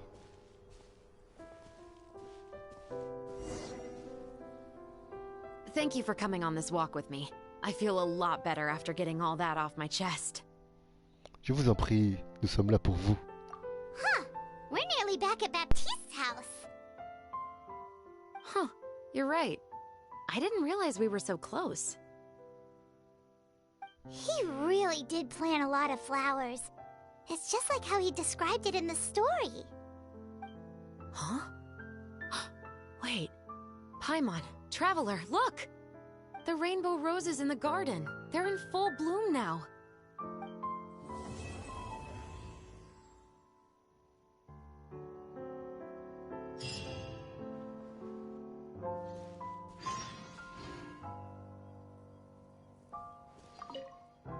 Even though it's a bit late, I must thank you for investigating this case with me. Not on behalf of the Special Patrol this time. It's a personal expression of gratitude from yours truly.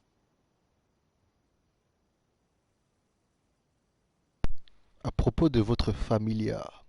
Oh, you want to hear more about my father?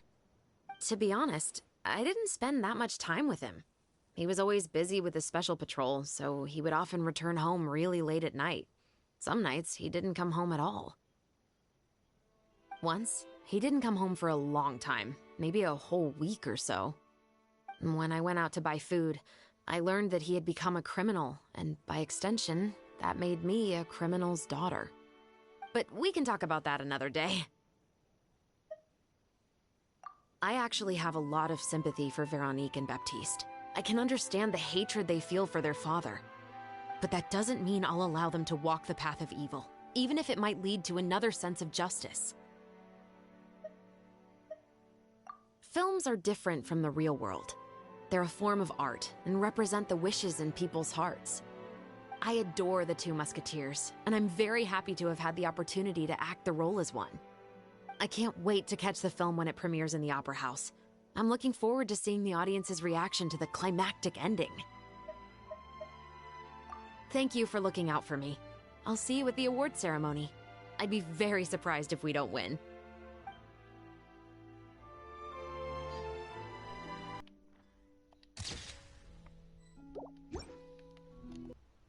Ok. 2 jours. Ok. Hop là.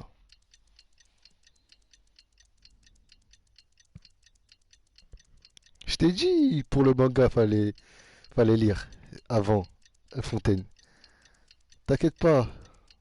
Je me rappelle très bien, tous les nouveaux joueurs, avant la sortie de Sumeru, tout le monde a propagandé le manga en mode lisez le manga. Là, vous voulez pas, mais maintenant là, c'est obligé. Sinon, vous allez perdre tout. Vous allez rater une expérience, genre.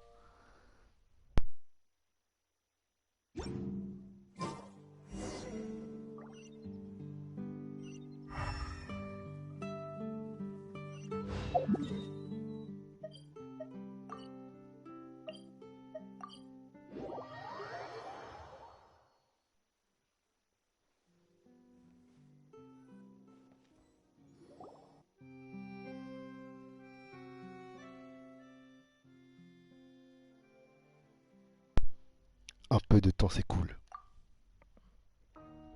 La première du film connaît un franc succès. Et l'affaire du meurtre est résolue. On n'a même pas un petit extrait du film. Oh. Hey there, you two! Sorry I've been scarce. I've been buried in marketing and preparing the film for release ever since we wrapped post-production. The award ceremony is today, right? Paimon wonders if we'll win the Farina Award. I'd give it a 90% chance. Farina! Oh, Paimon didn't know you were already here. You're earlier than everyone else. I'm sure the others will also be here in no time. J'adore cette chanson. If we end up getting called on classique. stage, shouldn't you come up with a name for our crew? But we don't even know if we're going to win. I wouldn't want to jinx our chances by celebrating early. Just open your eyes! Surely you've seen the audience's reactions to our film. We've had nothing but critical acclaim. You've also had conversations with the Opera House's operating staff, right? Didn't they want to increase the number of showings? With the mora you've made from the box office, you can now open your very own film company. But that's all credit to my amazing crew. You've all helped to make this a reality, so I can't be the only one asked to come up with a name. Well, give it some thought. I'm sure the crew will respect your choice. All right, but before that, Traveler and Paimon, could I trouble you to quickly pay a visit to the Fortress of Meripede? Huh? But shouldn't we stay for the award ceremony? I wanted to ask you two to invite chevreuse to join us at the ceremony. She's one of the lead roles, after all. I haven't been able to find her recently, so I haven't had the chance to invite her personally. According to the papers, the culprits of the Mousquet murder case will be personally escorted today by the captain of the Special Patrol to the Fortress of Meripede. Oh, Paimon gets it now. Absolument. Aucun problème. Yep, just wait here, Xavier, and maybe try to come up with a few snappy-sounding names. All right, then I'll leave you to it.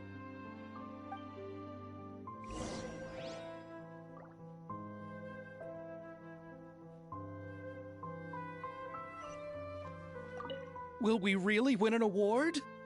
Trust me. When have I ever been wrong about something like this?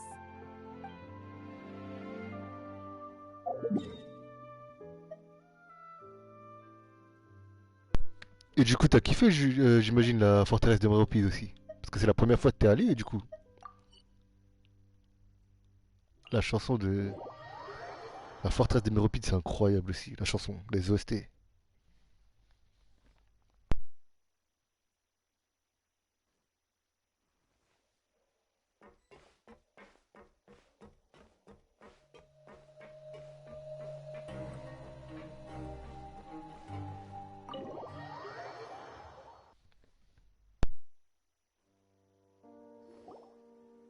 This is as far as I'll be taking them. I'll leave the three of them to you now.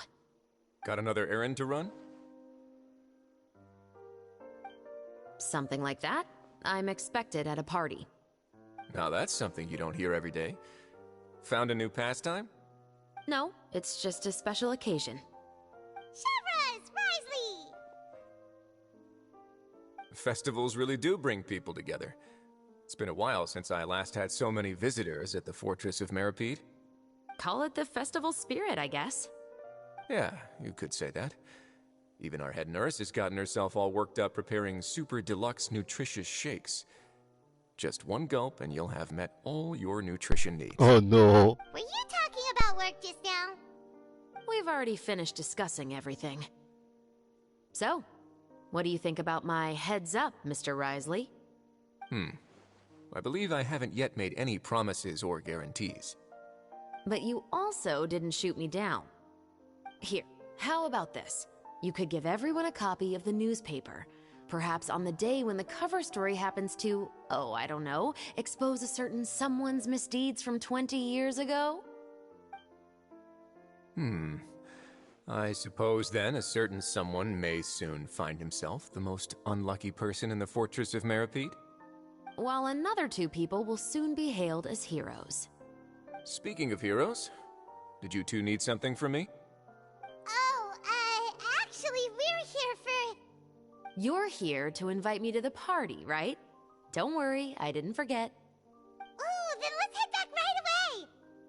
See you, Risley! Happy Fontanalia Festival! And the same to you.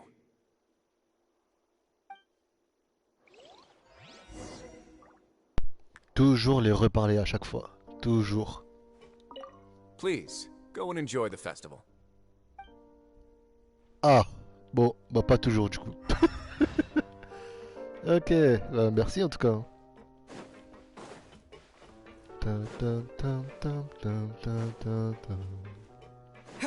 Dun, dun, dun, dun, dun, dun.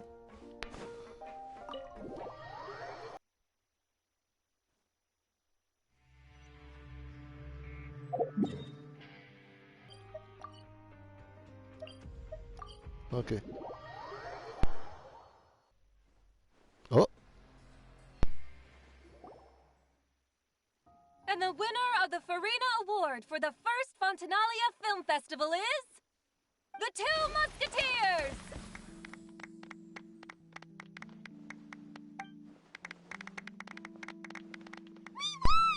Let's go! Congratulations, Mr. Xavier. We won? I can't believe it! I really can't thank all of you enough! See? My takes on Fontaine's entertainment industry have never been wrong. Now, please welcome to the stage the producer of The Two Musketeers, Mr. Xavier!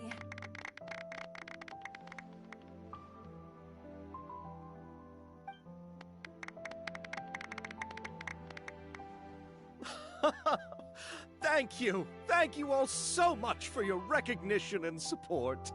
While I'm up here, I would love to give special thanks to... Time really flies, huh? It certainly feels that way. It feels like it was only yesterday when you were teaching me to hold a musket. Will you come back to Fontaine again? Of course! I'm very fond of this city. There are so many novel and interesting things that it's been hard to keep track of them all. But how about you? Would you be interested in visiting Inazuma? I can't say the thought has crossed my mind before, but I'd be willing to consider it now. I will be eagerly awaiting your visit. It would be wonderful if you could visit my home and enjoy a taste of our tea and desserts. Yeah, let's keep in touch. Did you accomplish all you came here for? Yes. And you should visit Inazuma again sometime. How has Ogura and her business been? To my knowledge, she's doing quite well. Tell her I said hi. I certainly will. I heard the thunderstorm has stopped. Yes, and the war has also been brought to an end. Peace and prosperity has returned to the islands. I quite like the sound of that. Perfect for hanging textiles out to dry. I'd like to offer my thanks again to the entire cast and crew. Without you, I would have never completed this film, much less had the opportunity to be standing on this stage. With the support of my entire crew, I would like to officially announce our film company, Musketeer Pictures! That has a really nice ring to it. Then in that case, let's please welcome all the members of Musketeer Pictures onto the stage for a commemorative photo. Ils ont remplacé Mousquetier Picture avec Mousquetairesque. C'est une blague, j'espère. Bon. C'est comme si Sony Picture, et ben c'est pas Sony Picture en français, c'est Sonyresque. Ok, Oyoverse français, c'est pas grave. Oh, Paimon didn't know we'd also be taking pictures. Director Farina, I believe you are the most deserving person to raise this trophy. Huh? No. There's no need. It's so embarrassing. It's an honor the director deserves. Yes, I agree. Vous êtes la plus méritante, demoiselle Furina. Bon, après, c'est vrai que, bon... C'est de la triche un peu, parce qu'elle a fait... Elle était... Bon, vas-y, tranquille, je vais rien dire, j'ai oublié. Mais c'est vrai que c'est de la triche quand même. Hein. Elle connaît, elle sait comment faire ça. Just accept that you're not getting out of this. Ready, everyone? 3, Il la force carrément. 1. Cheese. Musketeer Ah. Pictures! Ah, ouais, c'est la même. Incroyable photo.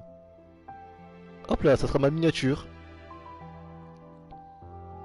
Ça sera ma miniature. Parfait.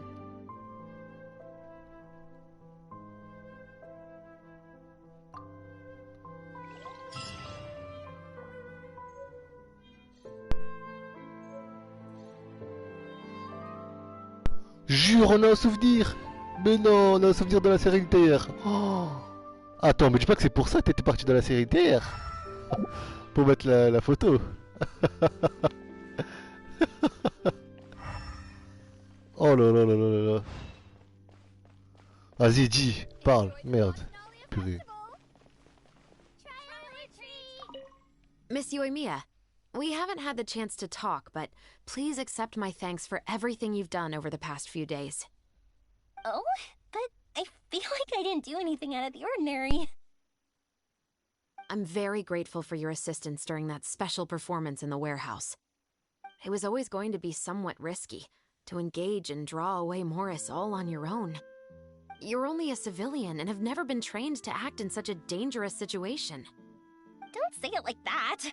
As the director's assistant, it was my duty to help out the crew however I could. It was an honor to help you solve the case.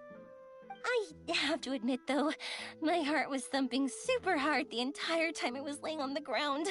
I was scared that everyone would notice. You did great. Oh, and before I forget, if you ever visit Inazuma, please come and pay a visit to Naganohara Fireworks. I'll make some fireworks for you. I even know what shape we'd make. I'm guessing a musket. Telling you now would ruin the surprise. If you really want to see it, just come and visit me.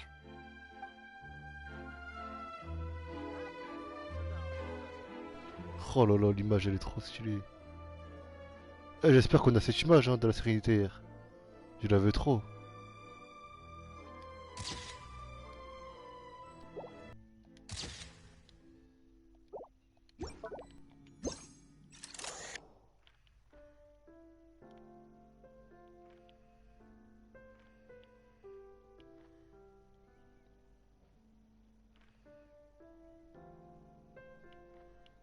Trop stylé.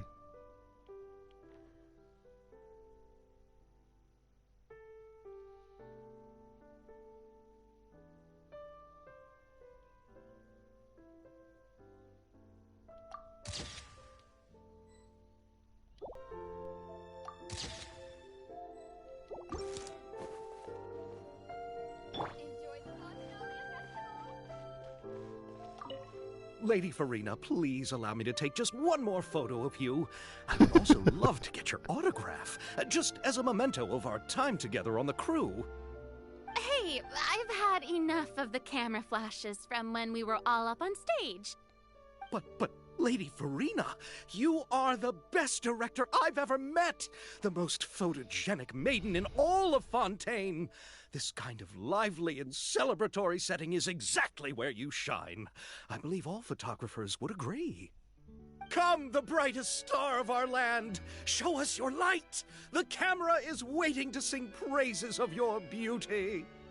Well, I'm flattered, but... All right. I'll humor you and try a few more different poses. But I don't have to hold the trophy, right? Of course. You may pose however you like.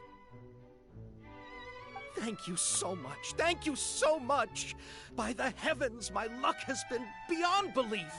I'm having a hard time coming to terms with it now. Oh.